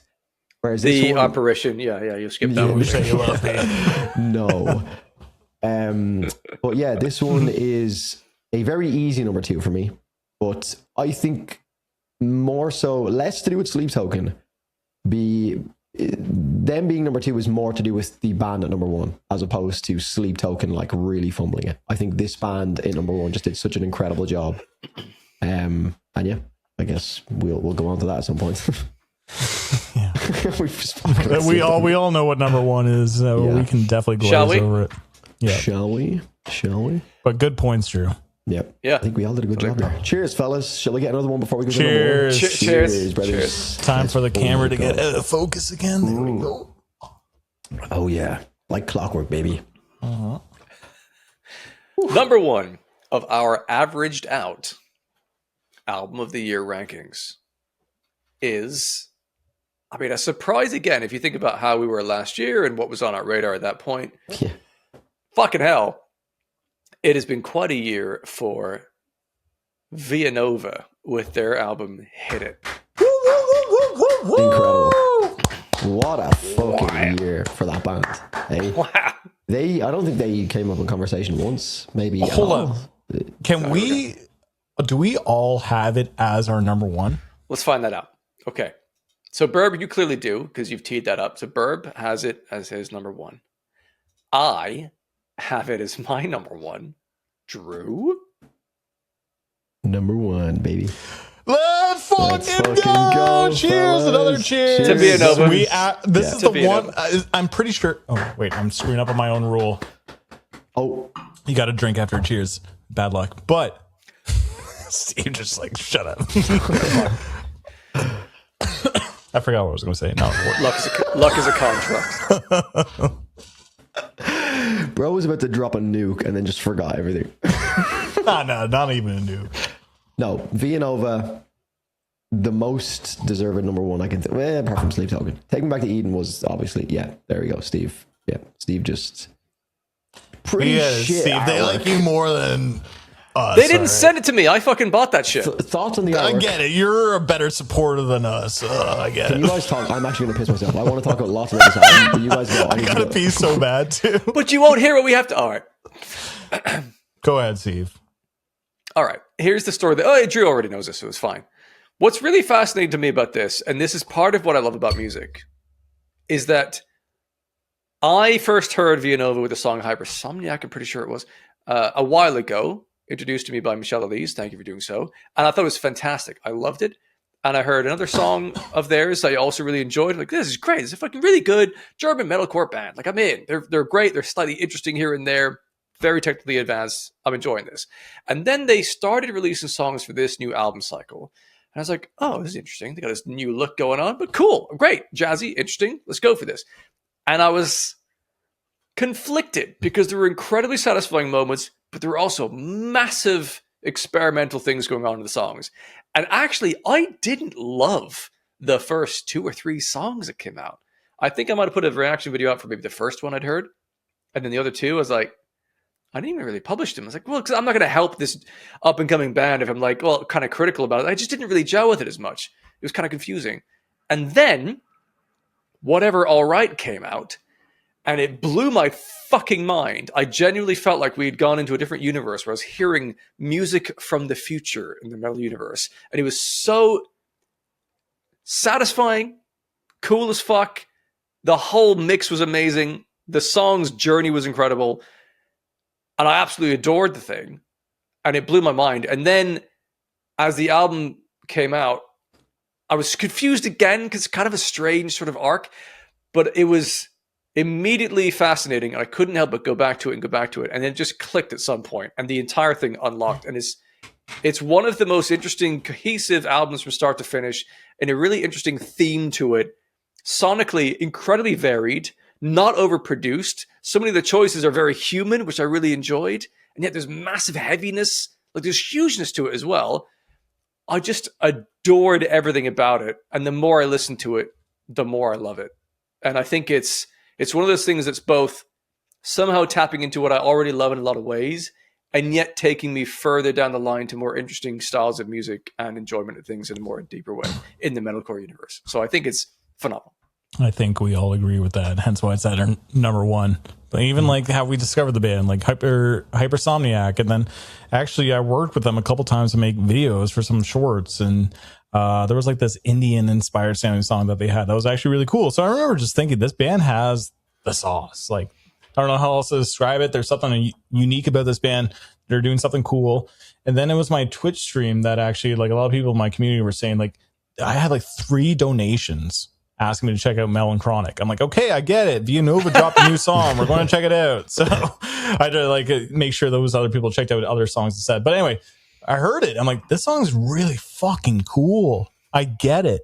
And then whatever All Right came out, I really liked it. And then the album, I fucking loved it. But you know, I'm going to regurgitate some of the same things I said in my actual like album of the year video. But like, I look for a couple of criteria in best albums of the year.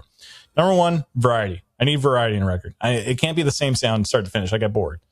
Number 2, if it's a consistent theme and like ideas, like if there's like a certain tone that they're going for the record, I think that's really cool. If the album has like 10, 12 different songs that are all doing different things, I get it. There's appeal to that, but I like a consistent theme. I think there's something special, especially if you could do variety and then also make it consistent with its tone and ideas. I think that's really hard to do. And if they can fucking do that, yeah, Villanova did it. Number 3 is if they can push themselves as musicians, if they're trying something else, right? Where like you can listen to Alex, he's doing these banshee screams. The drumming sounds like Matt Halpern from Periphery. Like they're doing the really drumming's so fucking good. Right? God. They're all pushing themselves, and you can tell they're trying different things. So that's another thing I look for. Yep. And number 4. And not everyone is going to agree with me, but if they're pushing the boundaries of what the genre can be, that's something I look for. Like, sure, like an album doesn't always have to revolutionize the genre that it's in, but the albums that shake up the genre always fucking stand out.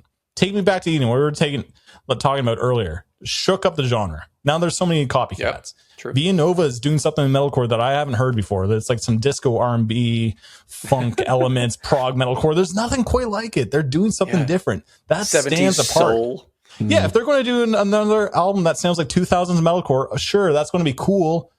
No one's going to like really remember it 20 years from now. Like, sure, some people will, but not a whole bunch of people. But the ones that push the genre forward are the ones that stand out. So Villanova fucking, check marked all those boxes for me. It is flawless start to finish. Sure, maybe, okay, if I have to be a little bit critical, I think the first 4 songs for me, Squire Talk's pretty cool. But like a couple songs like I like, but it's until it gets into Marimba, Melanchthonic, whatever, All Right, it fucking locks me in. And then the rest of the album is just like fucking perfect. Yep. Yeah, I mean, if the conversation is around album of the year, there is moments like where I'm not the biggest fan of, like even Obsolete, I'm not the biggest fan of. Like I don't go and seek out that song as like, oh, I need to hear this song again. Similar to track number 2, Más Rápido, even Wheel of Fortune. These are like some of the first songs I heard from the band, which again, I specifically remember when I heard these on Twitch. Probably, it's funny how we all can have like similar experiences with some bands, even like with the Sava, with myself and Burb, with like, there'll be like bands that are kind of on the rise. I know you'd heard them before, but it was, with me, it was Villanova. I'd never heard anything prior to Más Rápido. Am I saying that right? Más Rápido. Más Rápido. Más Rápido. Rápido. I heard that first, and musically it didn't click with me too much, but it was hard to deny when you see the visual aspects of it, being such a like small niche band and the amount of effort they were putting into the visuals. It was clear from day one that they were like, not day one, I was jumping in like even in the middle of their rise, because like Burr mentioned with, was it Hypersomniac? Is that the other one? They'd already been doing their thing, but to me it was like brand new band. People were talking about it. This song is sick. I didn't love the song, but I just seeing the visuals. Same with Asava, where I'm like, I don't love it, but I can see they're making an effort, and it sounds a little bit different. There's something here. There's something here, and that is the main thing which cannot be overlooked with a band like Villanova, where we literally like for the last couple of years, but let's just take 2025. Every single Sunday for an entire year, and different days for you guys, we go live on Twitch, and we have multiple people, maybe like 50 to whatever amount of people, individually will share their collective tastes across the metal space with us. And we are exposed to many different sounds, and usually what is the most prominent thing that these 50 people are like hearing throughout the week. So we're exposed to a lot of like different sounds, and Villanova somehow managed to like stand head and shoulders above a lot of these different bands, which is kind of insane in an era of like the internet where everything is so easily accessible. Everyone's got a terrible attention span. They managed to keep not only my attention, but seemingly fucking a lot of people.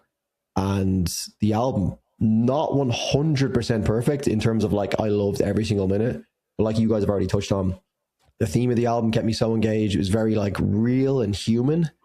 Yep. But the production and the mix was somehow like touching, like it felt like the limiter was absolutely peaked at some moments, like the breakdown in Oh Yeah Yeah, where it just went like, grr. Like I've never heard like such a well crafted like distortion. Like there was moments where it feels like, I don't even know how to describe it. Like that's literally where we're at with this. I can't describe some of the sounds I was hearing, and I think that was something I mentioned in the album review, where it's like they're pushing limits from an audio level somewhere that feels like it should be actually hard to listen to, but they've kind of limited it in a way that it's still okay, which adds so much more emotional impact. And then they go to the very raw vocals, like Steve mentioned. I don't think you enjoyed, in terms of like a banger territory with Melancholic, where they go to the room mics.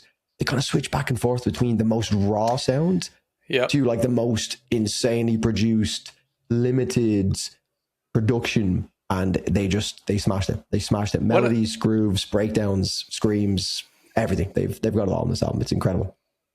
I did an interview with Alex Kursky a couple months after the album came out, and I was asking about all this stuff, and he was saying he was going in with the kind of the objectives. Like I noticed I really connect with and really enjoy albums where, you know, the vocals are a little bit rougher. So I kind of went into this trying to go like, let me allow the vocals to be like, I don't want to say slightly shittier, but like just, you know, like not a multi-track vocal that builds and has this like strong thing, but like make it feel more human and raw for the purpose of that. And I think that's what's translated into, you can't help but relate not just to the lyrical content here and there, but the delivery of it matches with it so perfectly that it just smacks you in the face, and you'll just connect with it on some level for particular lyrics that kind of stand out to you. And when everything's like so overproduced lately, and then there's like AI stuff that we listen to that sounds so perfect, at least it's trying to be perfect, and then there's Alex that's like doing these vocals that sound more human. They're not perfect. I think there's something relatable about that, even though like the production on some of the songs are like overproduced. You can argue they're overproduced, but this is it. But it allows all possibilities, as Drew was saying. Like there are moments we're seeing, like the moments in Whatever I'll Write are fucking incredibly highly produced, but they deploy that really well. Kanye West's production on the vocals in the on intro Squire to Talk. the album, like the intro to the album, you're like, what the fuck? Like imagine how and many they people can lose actually, a lot of people. Imagine how many people they turned off the album from, like, oh, here's a new album, everyone's talking about this, and you click on, you're like, what the? It is pretty like awful to listen to, but when you kind of understand the concept, I love it now, and you get into it, it's so fucking cool, man. And we obviously had Alex on the podcast, and this is another thing as well. This is not by chance. We've had a good few like high profile vocalists on this podcast, and to me, I don't know about you fellas, but no one has struck me more in terms of like the overall passion in how he goes about his work than Alex. There's been a lot of passionate people on this, but like Alex is like going out of his way to like it's, if we didn't end the podcast, the podcast we did with Alex fucking 6 months ago would still be going. He would not like, you know, he'd still be going. He's so passionate about what he's doing. And I feel like it's such a recipe for like them just going insane. Such a fucking good point. Not to diminish like any other vocalists that we had on, but there's something about Alex that felt so like he was just ready to fucking talk and chat. Yeah, and like the thing is, like he's commented on some of my old videos where I'm like ranking amazing albums over the years, and I mentioned in like a review of Villanova that this guy seems like he's really involved. He is so fucking passionate about music, but he also knows like the obscure shit. He is so involved in the scene that he's so passionate. It's exactly what you were saying, Drew. Yeah. Like, I mean, you can see it in, that's just my experience with him having him on the podcast, but you see it in their social media. Like that motherfucker is all in. Like he is clearly the kind of mastermind behind. I think he kind of alluded to it, that like he has to kind of get the guys involved. I think him and the guitarist are quite involved. Maybe it was your podcast with him, Steve, where it was kind of like him and the guitarist are kind of like, they have to convince, get people along the rest of the band. But now they're all bought in. But that's the fucking mastermind of it. It's like, it sounds insane what he's trying to do. When you think about the concept of what the band is, you're like, without the music and all of the theatrics and the fame, or like the the high praise they have now after this album, it seems ridiculous to like the style of music plus their aesthetic visually seems so ridiculous, but that is the mastermind of someone like Alex to kind of have that idea and make it work. And it's very exciting. And I think someone like that is exactly what can take a band to the very highs that we've seen with other bands, Here's the fun part, right? We all agree on all of this. We think this way. We're rooting for them for all kinds of reasons. And yet, when I was asking Alex, like, at some point, I was like, listen, this is what you should be doing. You found the thing, like, keep doing this thing. And he's like, you say that, but like, I've said this about bands forever. Like when I first discovered Sleep Token years ago, like, this band's going to be huge. Like, but I'm in this band. So I'm like, when you say you're going to be great, I'm like, how? Yeah. Like, but fucking how? What? I don't know what to do next. I don't know what the next album is. I don't know what like I think they'll be fine, and you'll think they'll be fine because they're on the outside looking in. But they've got this moment, and they're so aware that they have this moment, and there's a risk that could result in pressure. But I'm hoping they just like do their own fucking thing, pretend that no one knows them, no one cares, and write whatever the next album is from that. I think that's the best thing they could do. Exactly. Yeah. Or just use that anxiety of the moment to fuel the next venture, because it's like very artistic, and the lyrical content of the new album is very self-aware. That was like what I loved about it. It felt like I could relate to, what could potentially be this fucking rock star. I know Alex is probably going to be watching this, and like, this is not to like blow smoke, but this is like a very honest and human response to something that I felt was very relatable when I listened to it for the first time. Musicianship wise, I couldn't relate to it at all. Like, it's incredible what they're doing, but like, just there was something that brought me into the album where it was like nice to listen to. It wasn't like the Vessel who's grown up, who's like blown up and had this ridiculous like it was more like holy shit, this guy's like a regular guy that is dealing with the stresses of life even before they've blown up. Like, they hadn't even blown up when they were writing this album.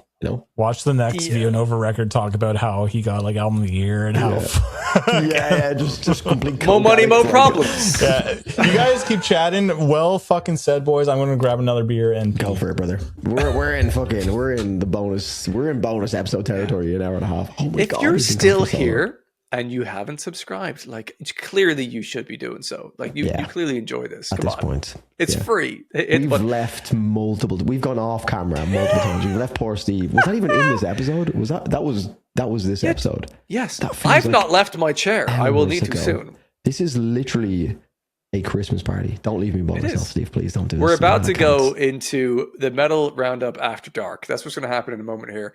Burb's going to come back. I won't abandon you, Drew, on your own, because God forbid what the fuck you would say. When Burb comes back, I will then go and then we'll revisit it. And then we will reflect on 2025 as a whole for ourselves and see like what we can tie in a bow from the year that's been, not just about albums and songs, but in the scene at large and ourselves in our lives, how that's all gone. It's been quite a year. It's been an absolutely insane. I feel like conversation like this kind of we've already kind of discussed the YouTube analytics just to give a more tangible view of the podcast to those who are watching. I know we've spoken about it a lot, but the podcast has been insane for us this year. Like, we always talk about it off camera that the podcast for us is the most enjoyable venture that we do. Like, we absolutely love it. This is something that Steve will now experience over the next year. But you've experienced pretty much the same emotions of doing this full time, just with the additional stresses of doing a full-time job on top of it.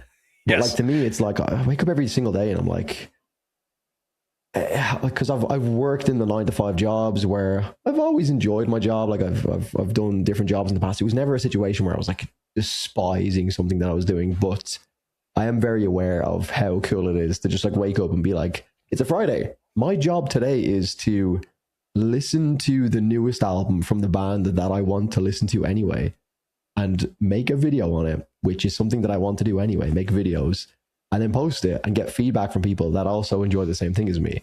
And even with how cool that is, doing the podcast has been like a step up beyond that, because it is a kind of, we've spoken of this before very loosely, but like it is a very isolated experience because of the experience that I've just mentioned of it being so unique. Like very few people get to wake up in the morning and be like, my job today is to listen to an album. So being able to like sit down with these two fellas and listen to each other's opinions on the different albums that we why are you laughing? Don't laugh in the middle of my mouth. Well, Burb is licking his beer like he's Drew, a I'm cat. sorry, man. Keep talking. I'm listening. That's really nice, man. I can't my recover fucking from beer's this. I can't spilling. Keep going. That's all over my fucking pants, dude. Like, I can't recover from that. dude, that was beautiful. That was beautiful. I can't recover. It was so nice. I'm sorry, man. I'm sorry. I did not mean to do that. Yes. That What was he's saying perfect. is, But Burb, look, what Burb just did and ruined my moment is a perfect example of why this is great, because it's not all so serious. We can just jump on and like, I might have an opinion where I'm like really strong on my channel, but then the lads are like, shut up. And I'm like, oh yeah, I'm just one guy with an opinion. And it's nice to bounce these different opinions off other people. And like, mostly we agree, but there is the odd moment where we're like, bruh, you know? for and that's the beauty of sure.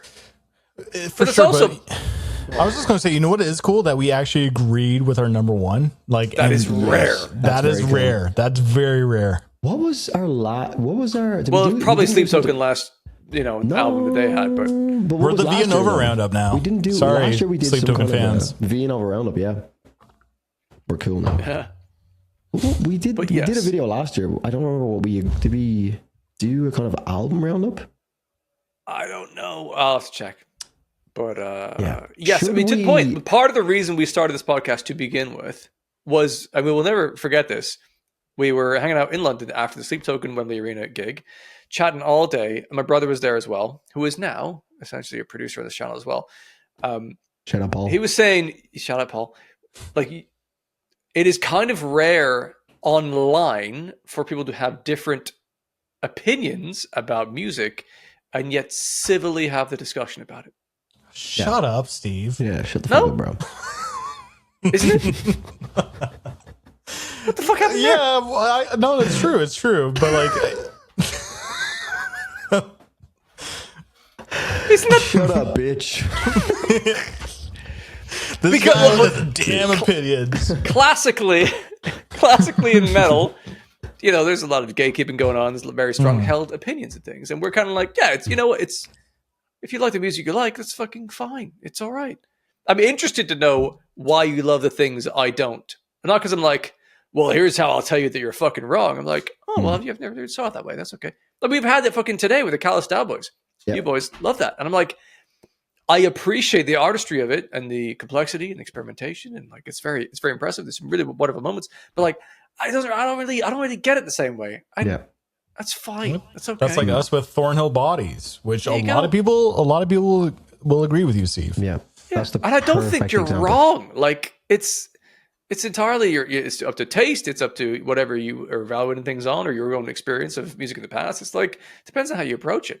Yeah. It's fine. No, that's Burb nailed it with the Thornhill Bodies album, because that is, again, like I mentioned earlier, the one example of an album this year where I felt like a big, like, whoa, I can't even post this video because people love this album so much.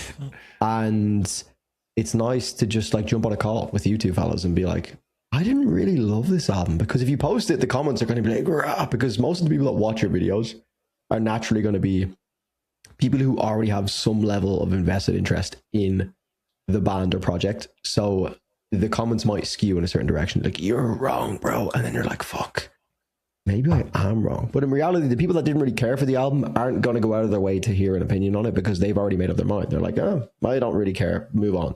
But you make a video and it's like echo chamber for the most part. You will get people that will side with you, but you know how the internet works. It's going to be usually like, I disagree heavily. If you have like a strong opinion in the less popular direction. So the podcast has been a great way for me to put less weight on like, what are people going to think of my opinion on this? Because I know I kind of am straying a little bit away from the norm here on this. And then the podcast, it's like, yeah, I kind of hear what you're saying. Fine. It's like an actual human conversation, which is amazing, you know?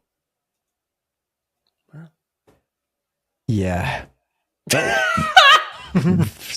Hold on, let the minutes. silence. Just let the silence keep going. Yeah. I was at 80 pausing. minutes. My maths is so bad. Drew, keep yapping. It's okay. It's 2026 I'm just trying to celebration. figure out It's what a- 1 hour it's a- and 40 minutes is. It's 100 in minutes. It's 111. Yeah, I said No, 80. 101. 101 minutes. Fucking brain dead. I'm nervous about this, right? Because I essentially keep this thing slightly on the rails here and there. I'm going to go to the toilet right now, and I don't know what's going to happen. Steve, because I don't. what I are we don't trust you prolonging guys. this? We've been Look, live for 1 hour. if my dream and comes 41 minutes. true, if my dream comes true, I'll have to take the lead, Drew.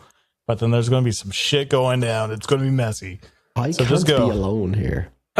Just is all I'm Steve, saying. don't leave us. We don't I'm know worried. what No, to do. Steve can go. Just don't leave me by myself. Burb is going to stay. He's saying he cannot be held responsible for whatever is going to happen Okay. between the two of you right now. Okay, Steve, get out of here. Go Right. pee. We got this. we got this. I bro. don't think you have, Trust me. but I'm going to come back in a moment. Steve, we got it. We got it, bro. There is 9 people still watching this episode. We are 1 hour and 42 minutes. I can't believe we didn't just end the episode. Steve, if Steve needs to go for a piss, the episode should be over. That's how you know we've taken it too far.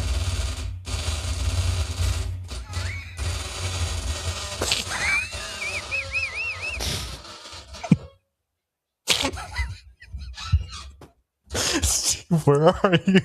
We're so lost without you, Steve. Oh, No, we're good, man. We're good. Like, okay, let's be real. our, Yeah, our no, transition from Steve leaving was you going like this. it's so bad. I gotta fix that, but that's on the list of things to do. Look, man, What a fucking let's year. let's be real. 2025 has been awesome. We should shout out the viewers during this time because these guys, not just us saying it, but the fact that these people actually care to listen to us chat. Because if you remember, and I'm sure you do, I wasn't sure that we were actually going to have viewers during this whole thing. I said, I'm totally down to do a podcast with you guys. Would Yeah. anyone watch? Lo and Yeah. behold, cheers to the viewers, the commentators, the people in our Discord, the people who signed up on our Patreon, link down below. Like, I can plug too, man. Genuinely incredible. Like I was critical of the idea, but I don't know, man. It's been, I think, like in hindsight, something like, it's because we hadn't experienced anything like the podcast up until that point. We were very like solo and like intrinsically built into the kind of like YouTube space is very like self-driven. Like I need to make my numbers better. And then the idea of like meeting up with other people who are also on that same kind of journey of like, I want to make my numbers better. And then having a conversation and having the kind of third party of Paul with Steve's brother being like, you guys are really fun to like listen to. And you're talking about stuff that, you know, maybe is like surface level in certain areas, but it's not really existing in the format that you're doing it, is something that you should pursue. And we're like, yeah, okay, we'll go with it or whatever. Or like, maybe we'll see what happens. But it has genuinely been the most fulfilling thing. Like even I think I mentioned it with the Bad Omens gig that I went to. That was one of the most satisfying things for me. I've had people like come over and say hello from watching my own personal channel, but having people that were like coming over and the first thing they mentioned is the podcast was a unique element for me. I was like, that is really, really cool. And it was like, and to me, it's because obviously we film like edited down videos of our reactions where maybe your full personality isn't on display, but the podcast is like no hiding the personality. It's like, this is, and we've done this like whatever. How many episodes are we on now? Actually, we did this last year where we talked about bunch. Just a bunch. We're probably approaching Once a week, right? How many over- weeks? it's a over year? 50. 54? over 50. That doesn't even seem like a lot. It seems But it's like more. hours and hours and hours. And It's hours a and lot hours. of hours, and I guess it makes sense that that would build more of a like personal human connection with people. And everyone that I met that was at these shows that specifically mentioned the Metal Roundup was like instantly a connection where it was like, maybe people who like came up to me and like didn't mention the podcast were familiar with the podcast anyway, but I feel like anyone who specifically instantly mentioned the podcast, there was no like kind of like what's the word looking for, like ice breaking of like, hey, what's up, man? It was like instantly like we are friends instantly, and that was really, really cool. So yeah, the podcast has been fucking great for me because again, like we've kind of briefly discussed it, Steve, but you going full time this year, you'll see it a little bit more because obviously you don't have the work colleagues necessarily. So I've said it, me and Burb have said it many times, where you guys are literally my colleagues for this, which is insane because there's no rule book or handbook written on how to be a YouTuber that specifically works in the niche of like modern metal. There's no handbook. So we're figuring it out day by day. We're literally writing it, which is crazy. And the support from people on the personal channels and this channel has been fucking insane. The Discord, the YouTube comments, like even seeing people talking about like having us as their like 0.01% in the listeners on Spotify and shit. It's like, that's fucking crazy. Wild to me. Yeah. Because that feels like an exclusive like thing to artists. Because I've had like that for years with the Spotify Wrapped, where I'm like, oh, I'm in like the top whatever percent of this artist, and now people have us in there, and I'm like, what the fuck? So yeah, incredible. Here's what I think is the crux of it, and you kind of alluded to this, is that because podcasts are a long form content, you can't pretend to be anyone that you aren't. Yeah, you can't look and keep that for fucking hours and hours and hours. And so anyone that discovers and watches and enjoys or listens to and enjoys this thing, they will only do that if they enjoy the conversations we're having, not necessarily like us as people, right? But the conversations we're having about the things we're having and the way that we're having them. And so therefore we're obviously building a community of people who are like-minded, who appreciate music in a similar way that we do, like the conversations about it, not just the listening to the music.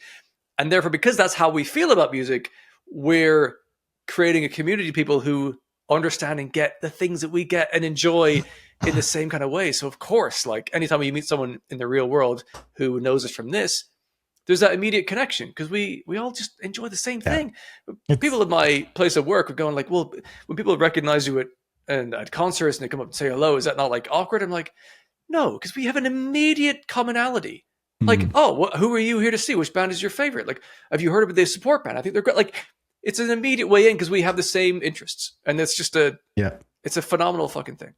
It's a win-win situation for us and the people that listen to us because they find that community, they find the people that actually gravitate towards this niche genre music. But I just want to say, like, one thing is a con that we do as a YouTuber that maybe some people know, but it's not fully talked about enough, is that when you're a YouTuber or want to do this full time, if you have dreams or aspirations of being a content creator, it can be fucking lonely. You are on your computer by yourself, and then when you see the numbers going down, that can hurt your self-esteem a little bit. It shouldn't, but it can. It's just like, oh, people don't like me anymore. Like those little thoughts can come into your head, and you just have to battle it. Like, doesn't matter. Next day, something different. But actually having a podcast with you guys, we get to chat, we get to talk about these things, and we're both like, we're helping each other's channels because people who don't normally watch me and watch you, Steve, or Drew might be, oh, Metalbirb, I thought he was a D-bag, but he's actually maybe a little more like... Did you see that comment? Maybe they'll be like, I thought I liked Metalbirb, but now he's a D-bag. Who cares? It doesn't matter. The point is, I'm so sorry you saw the comment I left on your channel that said you were a D-bag. I'm sorry. I didn't know. No, it was actually a comment on the podcast page that was saying that, but no. But yeah. So the point is that, when you're working a 9-to-5 job, maybe it sucks to get into that office and do the bullshit work they have to do. But there's like a social component that can be kind of nice. Maybe you have like one coworker that you gravitate towards that where you can bitch and complain about the boss and all that. We don't have that. We're our own boss, so we can be in our own head a lot. And that's why you see a lot of YouTubers quit early too. There's many aspects, burnout, other things, self-esteem issues, so many things. But the fact that we have this podcast together and the fact that you guys watch us just talk about music and we actually have a following because of it, then that's where I can go fucking cheers. Thank you so much for the support. Thank you for watching. Cheers to you, folks. Seriously. Yeah. May or may not be fueled by alcohol at this point, but the message still I get a little stands. mushy when I drink. The message still stands. Fundamentally, even the most introverted amongst us as human beings is a social animal. If you do not have a social network at all amongst colleagues, online, whatever it is, it's a really difficult life. You're goose. So if you are a YouTuber at home filming stuff for most of your working or waking hours rather during the week, that is going to have a tough effect, because the worst thing you can do to anyone in prison, for example, is to give them like isolation. That's the worst thing you can do. So yes, this podcast is great. Yeah, Not like prison at all. Yeah, we've somehow transitioned from like album of the year to like prison to, this is why people subscribe.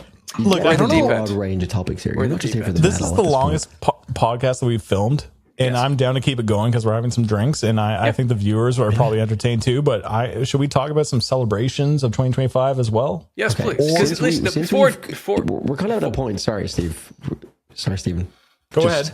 Because we're at a point where we've already all collectively left at different points, I'm going to go get another beer and also go to the toilet again. See, when we're having drinks, I need to keep leaving. This is the Thanks for problem. interrupting the conversation. Sorry. So if you guys wouldn't mind, I'm going to piss myself right now. If you want to like let me to piss in Do it. the camera, I'll do it. get a All right, bucket, clip it. This put would it be under good. your chair. Back in a Good moment. views. You guys keep it going. Right.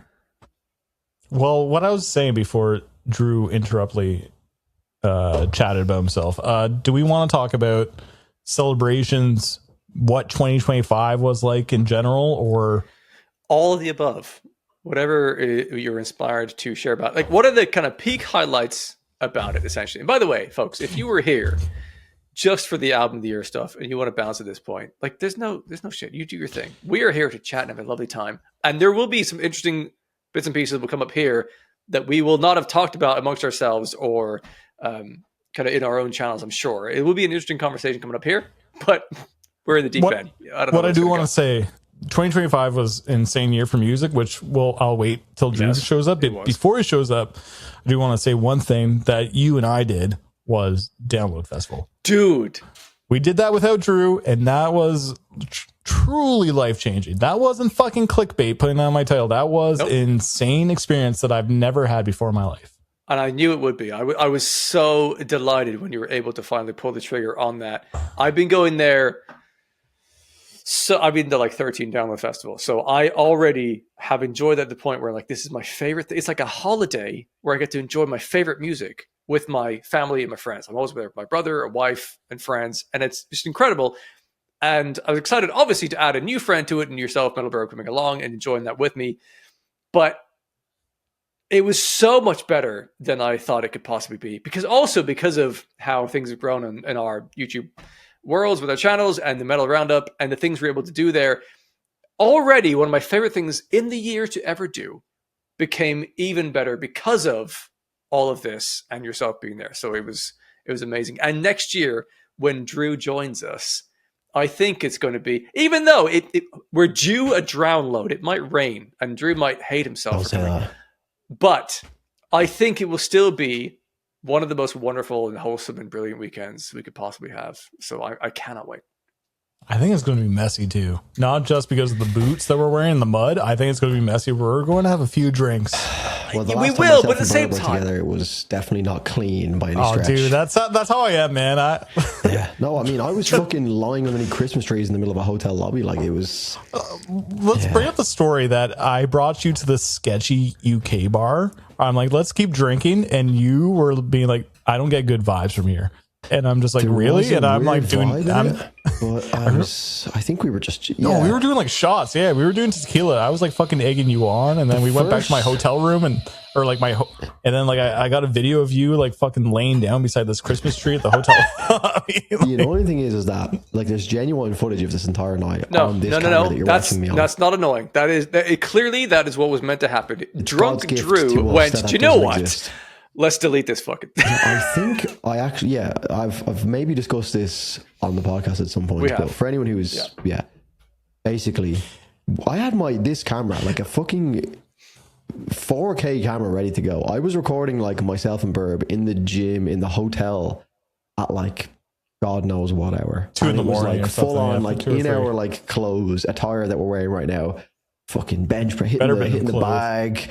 Like it was everything. And woke up the next day and the footage just didn't exist anymore. I was 100% recording. I sat the camera down, getting the angles. I was like, this will be fun, like stuff to talk about in a video. All gone. Maybe that footage exists somewhere. Well, I know this year, next year for download, that will not be the case. Look, I got most of the footage, but I want to say one thing. How the night ended is exactly how we are today. Literally. Is the night ended with you showing me Calandra in my hotel room, showing me how beautiful and emotional this music is. I'm like, this is so fucking true to who we are. Before the podcast existed. Exactly. You were showing me Calandra music at like 4 a.m. and I'm drinking Health's fucking vodka with butt plugs on the table. I was gonna go to the butt plugs. I was like, maybe just as the two of us would be weird. Like, and the butt plugs were out, bourbon, and the drink and the alcohol. We were getting emotional. We brought the butt plugs. Dude, Calandra's so much better with this butt plug in. I was not invited. No, but download this year is going to be very enjoyable. No matter what, if it pisses rain, no matter what it is, I'm so excited for it. It's going to be so fun, especially because I missed the outing last year. Yeah. It's gonna be good. Drew, what are your big highlights of 2025? What are some standout moments from this year? Oof. Big highlights of 2025. This is a tough one. I know we've just yapped about it. I've had some milestones, like I've had like a lot of growth in like social media platforms and stuff, which is great, like business wise, but I'm not like, I've grew this amount of followers on like Instagram or TikTok for whatever. The real satisfaction is genuinely the podcast. I know it's like, I've had some great growth with like the YouTube channel as well, where I feel like not necessarily, but the channel was like, if I just compare the like subscriber growth from 2024 to now, like Sleep Token were a massive help, don't get me wrong, but like the growth on the channel this year was kind of like the same growth that I was seeing back when I was just doing like any sort of like reaction content. So there was no like real audience for it. So this is the first year that I've had a year that was a great growth in subscribers when I've only dedicated myself to metal. So to me, that's like a very big milestone for me, where it's like I've had a big year where I've only listened to metal, because it's like a lot of people who are into the metal space. I've basically clicked with my people that I want, you know, not just like fucking anyone, you know, not just absolutely anyone. That was my first year of growth. It was just like, in the grand scheme of things, I've had bigger years in terms of subscriber growth. But I know this year, all of the work I put in was like people that I know in the long run. They're the right ones. Yeah, they're the right people. So that's one thing from a personal level. There's like vanity metrics of other subscriber numbers, but genuinely the community that we've built with the podcast, and seeing that, like we've mentioned many times, with going to shows, the very few that I go to, I notice it a lot more because it's not every week. It's like once every couple of months, and I can literally see, oh yeah, I love doing this every single week, but it's actually making an impact. You know, I'm not like fucking saving lives, but it is nice to know that something that I absolutely love doing and I would do for free no matter what is actually something that people are clicking with. So to me, genuinely, and I may have stolen some of your answers here, but like, it is the podcast. It's genuinely the most enjoyable thing I've done this year. I've loved the fact that this is the most enjoyable thing I've done in a year of insanely enjoyable things, is saying how much I enjoy this. So yeah. Fair. Yeah, because I've seen your reaction to the album, even Arcadia, which I think is one of my top 5 things I've ever seen of your channel. That's just me, like right now, just drinking, doing something that I love doing. Good, dude. It is the best reaction on the platform to that album. It's fucking phenomenal. I appreciate it. I loved it because it's so genuine and authentic, and just like you is what your personality exudes, and that's the trifecta you really want. The worrying part is that there's alcohol involved, and it's like, Drew, the best thing you've ever done is when that's not why. I know, dude. But it's like, hold up, I know that feeling too, because when I go on live and I'm having a few drinks, everyone's like, "Oh, this is so funny!" Like the way that I can be sometimes when I'm drunk, but I'm like, I can't do that all the time, guys. I can't drink all the time. I don't want to be a raging alcoholic. Yeah, but like alcohol just kind of like accentuates your passion. I think it just kind of like, if you're passionate about something, it accentuates the right word that I just that is yes. Wow, I'm good. It may not be lowers good the with numbers. inhibition somewhat to be more of your key thought. There's less Yeah. filter involved, which is sometimes a very big risk. But True. yeah, True. if you're happy about um, something, then it's a good thing. Yeah. So if it's like, it doesn't even have to be a lot of alcohol. I say this is like fucking 5 bottles beside me just looking at me. But with the even in the Arcadia video, it was literally just like 1 or 2 drinks. It was just the moment, the occasion, plus a little bit of alcohol to like take the edge off, and it was just great. Yeah. But yeah, this podcast for me, definitely the highlight of this year for sure. Oh, another fucking cheers. There we go. Cheers. Yeah. Cheers. If you're still here after 2 hours, you're the fucking go. You're one of the real ones. You're very welcome to be here. Oh yeah, this is an end of year special. Whoever had one. Yeah, I mean to accentuate the point you've been making there, Drew. I mentioned already. I've been going to Download Festival every year for a very long time, and I've been doing this channel for 4.5 years. And in the first year I went, no one ever said hello. I know your channel. In the second year, also no one. In the third year, also no one.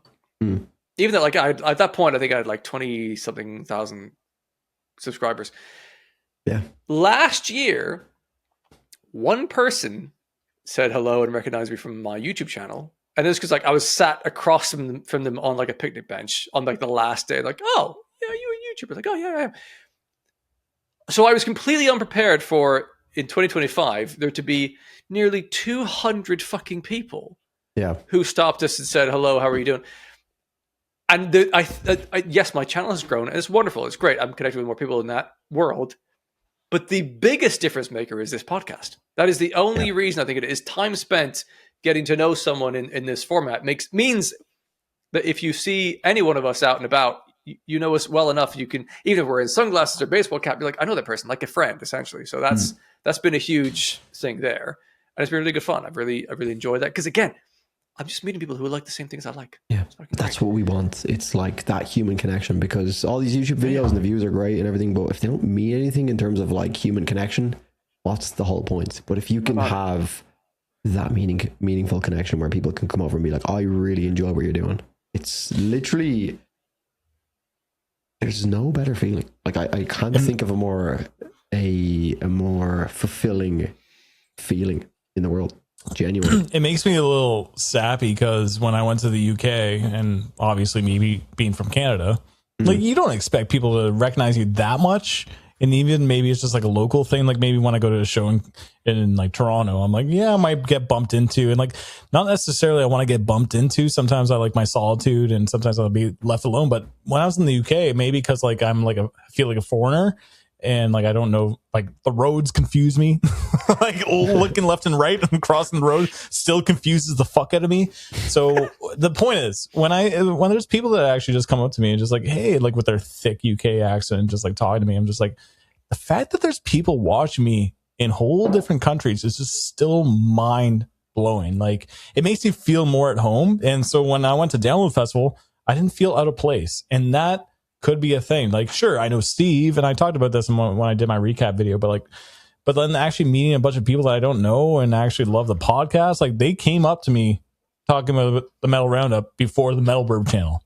Like that's, and I think the Metalbirb channel and just our own channels, we're doing reactions. They may just skip like, oh, I want to see this Bad Omens reaction. I want to go to this Bad Omens reaction. But with the Metal Roundup, they get to know our personality a little bit more. They realize, hey, there's, we're actually humans, and we're not just going like, ooh, I like this breakdown and stuff. And then they're like, oh, we can relate to these guys a little bit more because we like the same music, and it's hard to find people in the real world that like the same kind of music. So I think that's why there's something about this podcast. Yeah. Like I can relate to relate to the exact person that you've kind of just described, because I am also that person as well, where I don't have that like close-knit friend group. Like none of my close friend group could care less. Now over the years, funnily enough, which we've kind of touched on before, I've had 1 or 2 friends that have like just maybe through like following my Instagram were like, you know what, I'm kind of into that, and then all of a sudden I send them another song, and there's like one friend in particular that I'll send, like, he's like, you haven't sent me a song in a while, and I'm like, oh, he's actually in on this, and that gives me more insight into like the general landscape of modern metal and how it's becoming such a big deal, where it's like when I started out, if I was to send myself like my friend, I wouldn't even dream of like sending my friend like a Meshuggah song or like a Tool song. But now there's just so many different cool niche bands that are pulling in like just very relatable like instruments or very recognizable instruments or like moments that you can just send to your non-metalhead friend that doesn't give a fuck about the genre. You're like, look, just listen to this and see what you think. And it just like, it might be like a pop song that they've heard a million times before, but there's like more of an impact in the emotional section because there's like a scream or like a breakdown. That is like modern metal, literally summed up right now. It's like, it could be almost an entire pop song with the impact that you would normally get from like a mainstream pop song with a fucking gnarly 8-string breakdown and screams and like cellos, violins, anything. Like literally the world's, like anything you can imagine in the world of music can be involved in it now. And I feel like metal is kind of pioneering that because there's not like hip hop artists that are stepping into the world of like, no, there is maybe the odd exception, but like metal is it's such a fearless genre in that sense to like not be afraid to just say art style with a cello with a fucking bagpipe. Like they don't give a fuck. Whereas like there's more boundaries tied to certain other genres. Well, I don't even know what I was going with that. Yeah, It's an exciting time. It's exciting times. Exciting times is essentially the summary of that point. Yeah. Burb, what are some of the highlights of the year? Oh my God, we're Cheers. Hey. Steve, shut up. Other than Download Festival, It's bad luck, man. It's bad luck. This guy is such a wino. Where my girlfriend does stress that a lot as well. It's like you can't cheers and then speak. You have to like, it's a cheers and then my own thing is it's not It's speaking. a South American thing. American thing. I think it is. You can't cheers and then put your drink down. You can still speak, but you can cheers. You have to have a sip before you put your drink down. That's my thing. Yeah. I've been programmed into like cheers. Some people, if you cheers them, you have to look directly in their eyes the whole time. Otherwise, it's not as well on top of this. Oh, you got to do that too, yeah, and you got to do a little bit of tongue action, yeah. Anyway, Burb, other than Download Festival, any peaks in terms of 2025 metal year that stand out to you personally? Look, man, like the download thing is a huge thing. It's literally the fact that me watching music videos for a living has landed me opportunities to go to the UK, meet other like minded people like that, and then meet other like musicians and, you know, followers of my channel and the followers of Metal Roundup is such a huge integral thing. Like that's such an amazing experience. But like other things, like if you want like a more of an answer, I don't know, man. It's just been a good year for discovering music. I feel like this year is not overly that different from last year for me. It's more discovering bands. Maybe it feels like there's a little bit more of an impact. I'm getting more opportunities with people like seeing, you know, okay, like maybe it's not my YouTube channel. Like, you know, I've always focused on being a YouTuber. Like I fucking love making videos. But I'm getting a lot of people in my emails asking for Instagram and TikTok and stuff and like wanting, and like I'm just seeing more opportunity and growth in different areas. And I don't know, it's just been a wicked year. And, you know, on a personal level, my girlfriend moved into my house. She's upstairs right now as we speak, but she's been such a huge supporter. I know. I take care she's of her great, quite a bit. She's a lovely She's awesome. I so fucking love her, obviously, but she's been such a huge help because she's helping me too. So this is a big thing on a personal note that she's actually helping me, where she's actually like trying to give me ideas and helping manage some of my emails that I only think 2026 will even be a stronger year for me. I honestly think the growth is just going to be bigger, and just like another download year with Drew this time. Like this is the thing about you quitting your job. This is what I mean from a personal note. Like when you quit your job, like the ceiling can only cap it so much. Sure, maybe you can be a upper echelon in your company, but with fucking YouTube, dude, and like what you're doing, and when you feel passionate about something that you're really passionate about, someone who's listening to us right now is passionate about something. Like if you fucking go gun ho about it, and there's opportunities, there is no ceiling. You can keep going with it. And with us, sure, metal music is niche, but there's just so much room and opportunities for different avenues and things to do. But the reason why you succeed is when you are authentically yourself. The more you're yourself and just passionate and fucking love what you do, people will recognize that and want to work with you. And then that's where the opportunities grow and your network grows. And what is the expression? It's like your net worth is your network, right? The more people you know, that's your net worth. It's not money. It's relationships. It's people that you know. Yeah. So I'm so stoked for you. Like, seriously, I'm so stoked for you to be full time now. And I think 2026 is going to be an even better year. Yeah. Thanks, man. And I love how we don't even consider the other like European festivals and American festivals and North American festivals. We're like download, but there's so many like endless possibilities with going to X festival because oh my god, this lineup is so perfect for us to like go and see. It's like all of the bands that we've loved for the past couple of years like playing on this lineup. But obviously with last year with the three of us not like the fact that I've only met Burb once in my entire life is that's the crazy maddest thing ever. Like you guys have met 3 times, right? 3? Yeah. We have 3 times now. Yeah. Once. Steve twice. 3 times. 3. There was the initial time. 3 times. 2 times in Ireland, 1 in Wembley. I mean, when was the 3rd time? Oh, sorry, yeah, we went to the Bridge pub in, okay, right, yeah. So 3 times with Steve, but I've only met Burb once in person. Like, that's crazy. We've made 50 plus episodes of a podcast, and we've met each other once, and probably 80% of that was under the influence of alcohol. You know what though? Before we even met in person though, like we just fucking clicked because it's the weirdest thing that happened with Orion too, where like when I first met you, Drew, we never hung out, but sure, we had a podcast together. We've talked before online. I've seen enough of your videos that when I met you, it's just like, yo, what's up, Drew? Yeah, you know, it wasn't like, oh fuck, you're Drew Fortune. Oh my god, hi, hello. It was more like, hey man, like hey, like, and then we just hung out, drank a bunch, and it's normal. Alcohol is the great. What's the word I'm looking for here? Lubricant. Well, look, if you're hey, yo, Steve, lubricant. Fill up your ass this week. Sorry.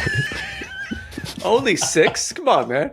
Someone has become a thing in the podcast where like Steve is like someone needs to AI that. Like Steve just like no, they don't. You don't need to do that. You don't need to do that. I don't know. We don't need to see that.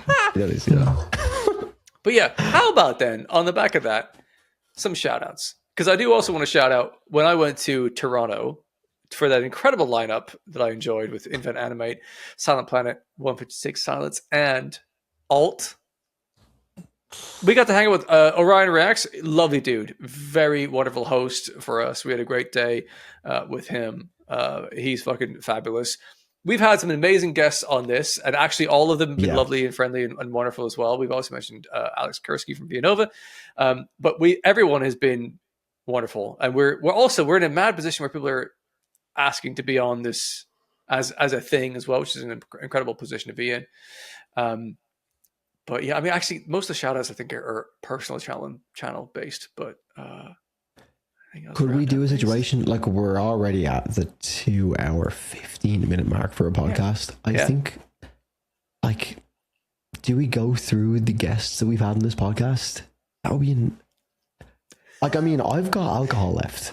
I don't know what. Do you know what? I mean, it doesn't have to be. We are in territory where we all don't know what we're doing right now. Like, I don't know. It's good fun. Yeah. Well, like, we can definitely shout out all the guests that we had. Like, I think as a collective, it probably makes a little bit more sense rather than going like, Eddie, you're the man. Yeah, true. Yeah, Anthony from Resolve, you're the man. Right? But like all of them, like, everyone. Yeah, but like they're all fucking great dudes. And on a personal note, I just want to say maybe if the viewers have noticed that we've had less guests on, I think it's just because us three, we just like chatting us three. Like there's something about the interviews that are fun, helps the channel. You know, we have those like little network opportunities, but I think we just fucking jive the most when it's us three just playing games, chatting. Like that's the one I personally have like some of the most fun on this channel is when us three just get to fucking chat.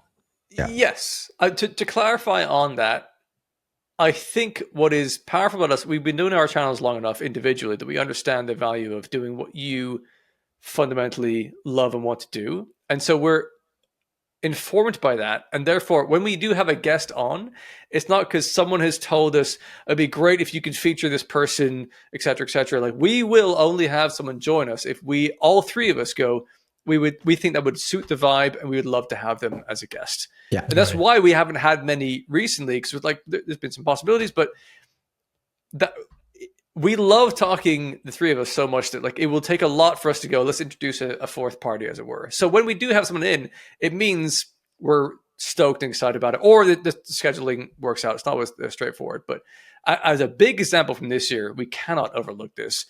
George Lever talking to us for an episode was obviously huge for the podcast in a lot of ways. Sorry, Burb, that your internet, your PC did not work that well for that one, but that was a phenomenal moment for us. It was the biggest episode we've ever had, and an indication of, I think as well, trust of people understanding the value of what we have, the nuance that we can discuss. And it was an incredible shout for him to come on to this podcast in particular and chat about all the details he did in a kind of a safe space, as it were. And I think that was a testament to what we've managed to put together here. Yeah, which notably was Burb who did make that connection, True. So it was very unfortunate that he was. I know. Well, I was just going to say the thing was weird because I wanted him on, and I said to you guys, I think this will be a great guest, guys. I think we have a great guest coming up. I didn't expect it to be the views that it got and everything, but that doesn't matter because we're also just getting to know him better as a person and as a human. But yeah, so it's just the fact that he was even open enough to talk about the sleep token stuff as much as he was honestly kind of crazy, because I think that stuff is really secretive. So that was obviously a huge moment for us. But it fucking sucked that my internet decided, or my computer decided to crap out on me. But I didn't care because I know that you guys were going to take the lead. And besides, sometimes when we have these guests on, take the wheel. Talk about what you're doing and all this stuff. We're here to listen, and our audience is here to listen. And I think that's why those podcast episodes do well for people, is that, it's awesome to hear people like Andy Copping, George Lever talk about all their stuff that's going on. But, and as fun as it is to learn from these guys on a personal level, I fucking love just talking to you guys, just music and just being goofy.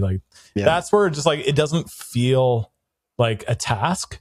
It feels oh shit, all right, let's go 4 p.m. my time, let's talk about music and just whatever, have a beer. This is just so laid back, and the fact that we even can call this a job is crazy, and the fact that we can is because of you guys that are watching and actually participate with what we do. It's crazy. Sure.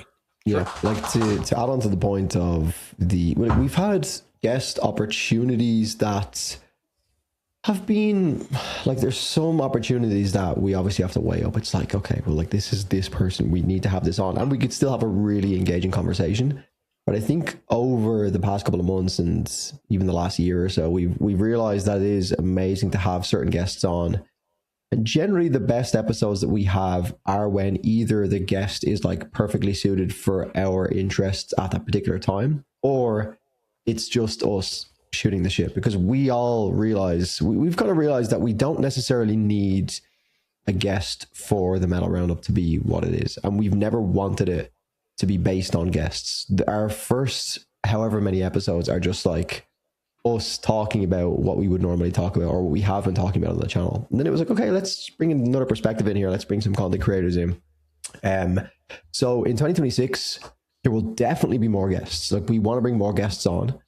But I guess the main point is that, yes, there has been a slowdown in the amount of guests, maybe just because that's just how life has worked out with particular episodes. True. Where we wanted to record. It's been so busy. There's been some where we had a guest lined up and they couldn't on the day make it. That's happened a few times. Sure, yeah. But there's just certain moments where it's there's so much happening in the scene that we actually don't even need to necessarily bring a guest in to make the episode more interesting. It's this band has dropped this song, let's talk about it for an hour. But the main point, I think, is that we will have lots more guests lined up for the year. It's not one of these occasions where it's okay, we've had the guests, we don't think it works. But there's been situations where we've kind of gone back and forth, and it's is this guest going to be perfect for us? Because we just don't want this to feel like an interview necessarily. I think that's the main thing for me personally, where I don't want to sit here and be interviewing someone where it feels like Burb gets his question off and then we wait for the question to be answered, and then we all kind of respectfully step back, and then we maybe chime in if we get a chance. The whole fun of this and what we've seen from the feedback is that when we're best when it's kind of just chaos. You know, obviously we want to control the chaos to a certain extent. We don't want everything to just be all over the place. But we've definitely seen that the feedback has been like we have been best when we're just the three of us talking about topics, and sometimes guests can definitely add to that. But for the most part, we don't necessarily need them. But we're more than welcome to have, you know, guests come on and be with us. For sure. And the feedback is we'll have whiteboards next time we play a game. Oh my God. I've had mine Yes. for a long time, but you guys need to catch up and get on the whiteboard. Yes. Barb and I need Mirror your whiteboard. cameras so we can hold it up every single time. We'll get that sorted for the new year. Yes. So, perhaps to land this plane, if we might, it's been a wonderful time. We've had 2 hours and 20 odd minutes here recording here. I've had an absolute blast. This has been phenomenal. Thank you. Even if this is your first time tuning into this episode, if this is your first time tuning in and you're at the Trooper. 2 hour, 20 minute mark, Trooper. fucking well done, you. But presuming the majority of you that are still here, you've been here for a while and you enjoy and appreciate what we're doing here. Thank you for not just this year, but what you've done, you know, as support for our channel for as long as we've been doing this whole podcast here. We're obviously, as we've said, having an absolute blast. We enjoy the balance of talking about the latest metal news, but also having some games where we can be fiercely competitive. We're literally And children. Like, we love playing games on the internet. Like, literally kids. Like, adults are grown just still adult. kids at heart. Yeah, Like, that's what I mean. Like, I'm like, I've a podcast tonight. It's just so hard. I have to go and rank these bands' songs. I'm like, how do I even say this to my girlfriend? Like, I know. How do I even use Roman numerals to rank this fucking thing?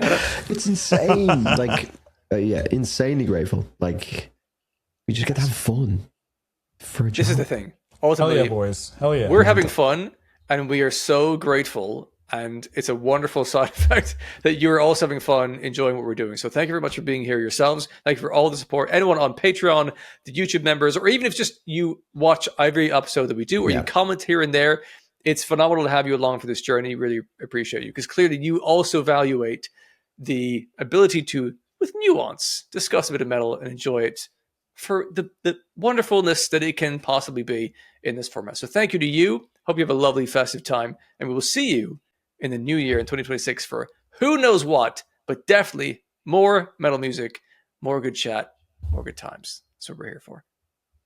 Cheers, folks. Have a Happy Christmas. holidays.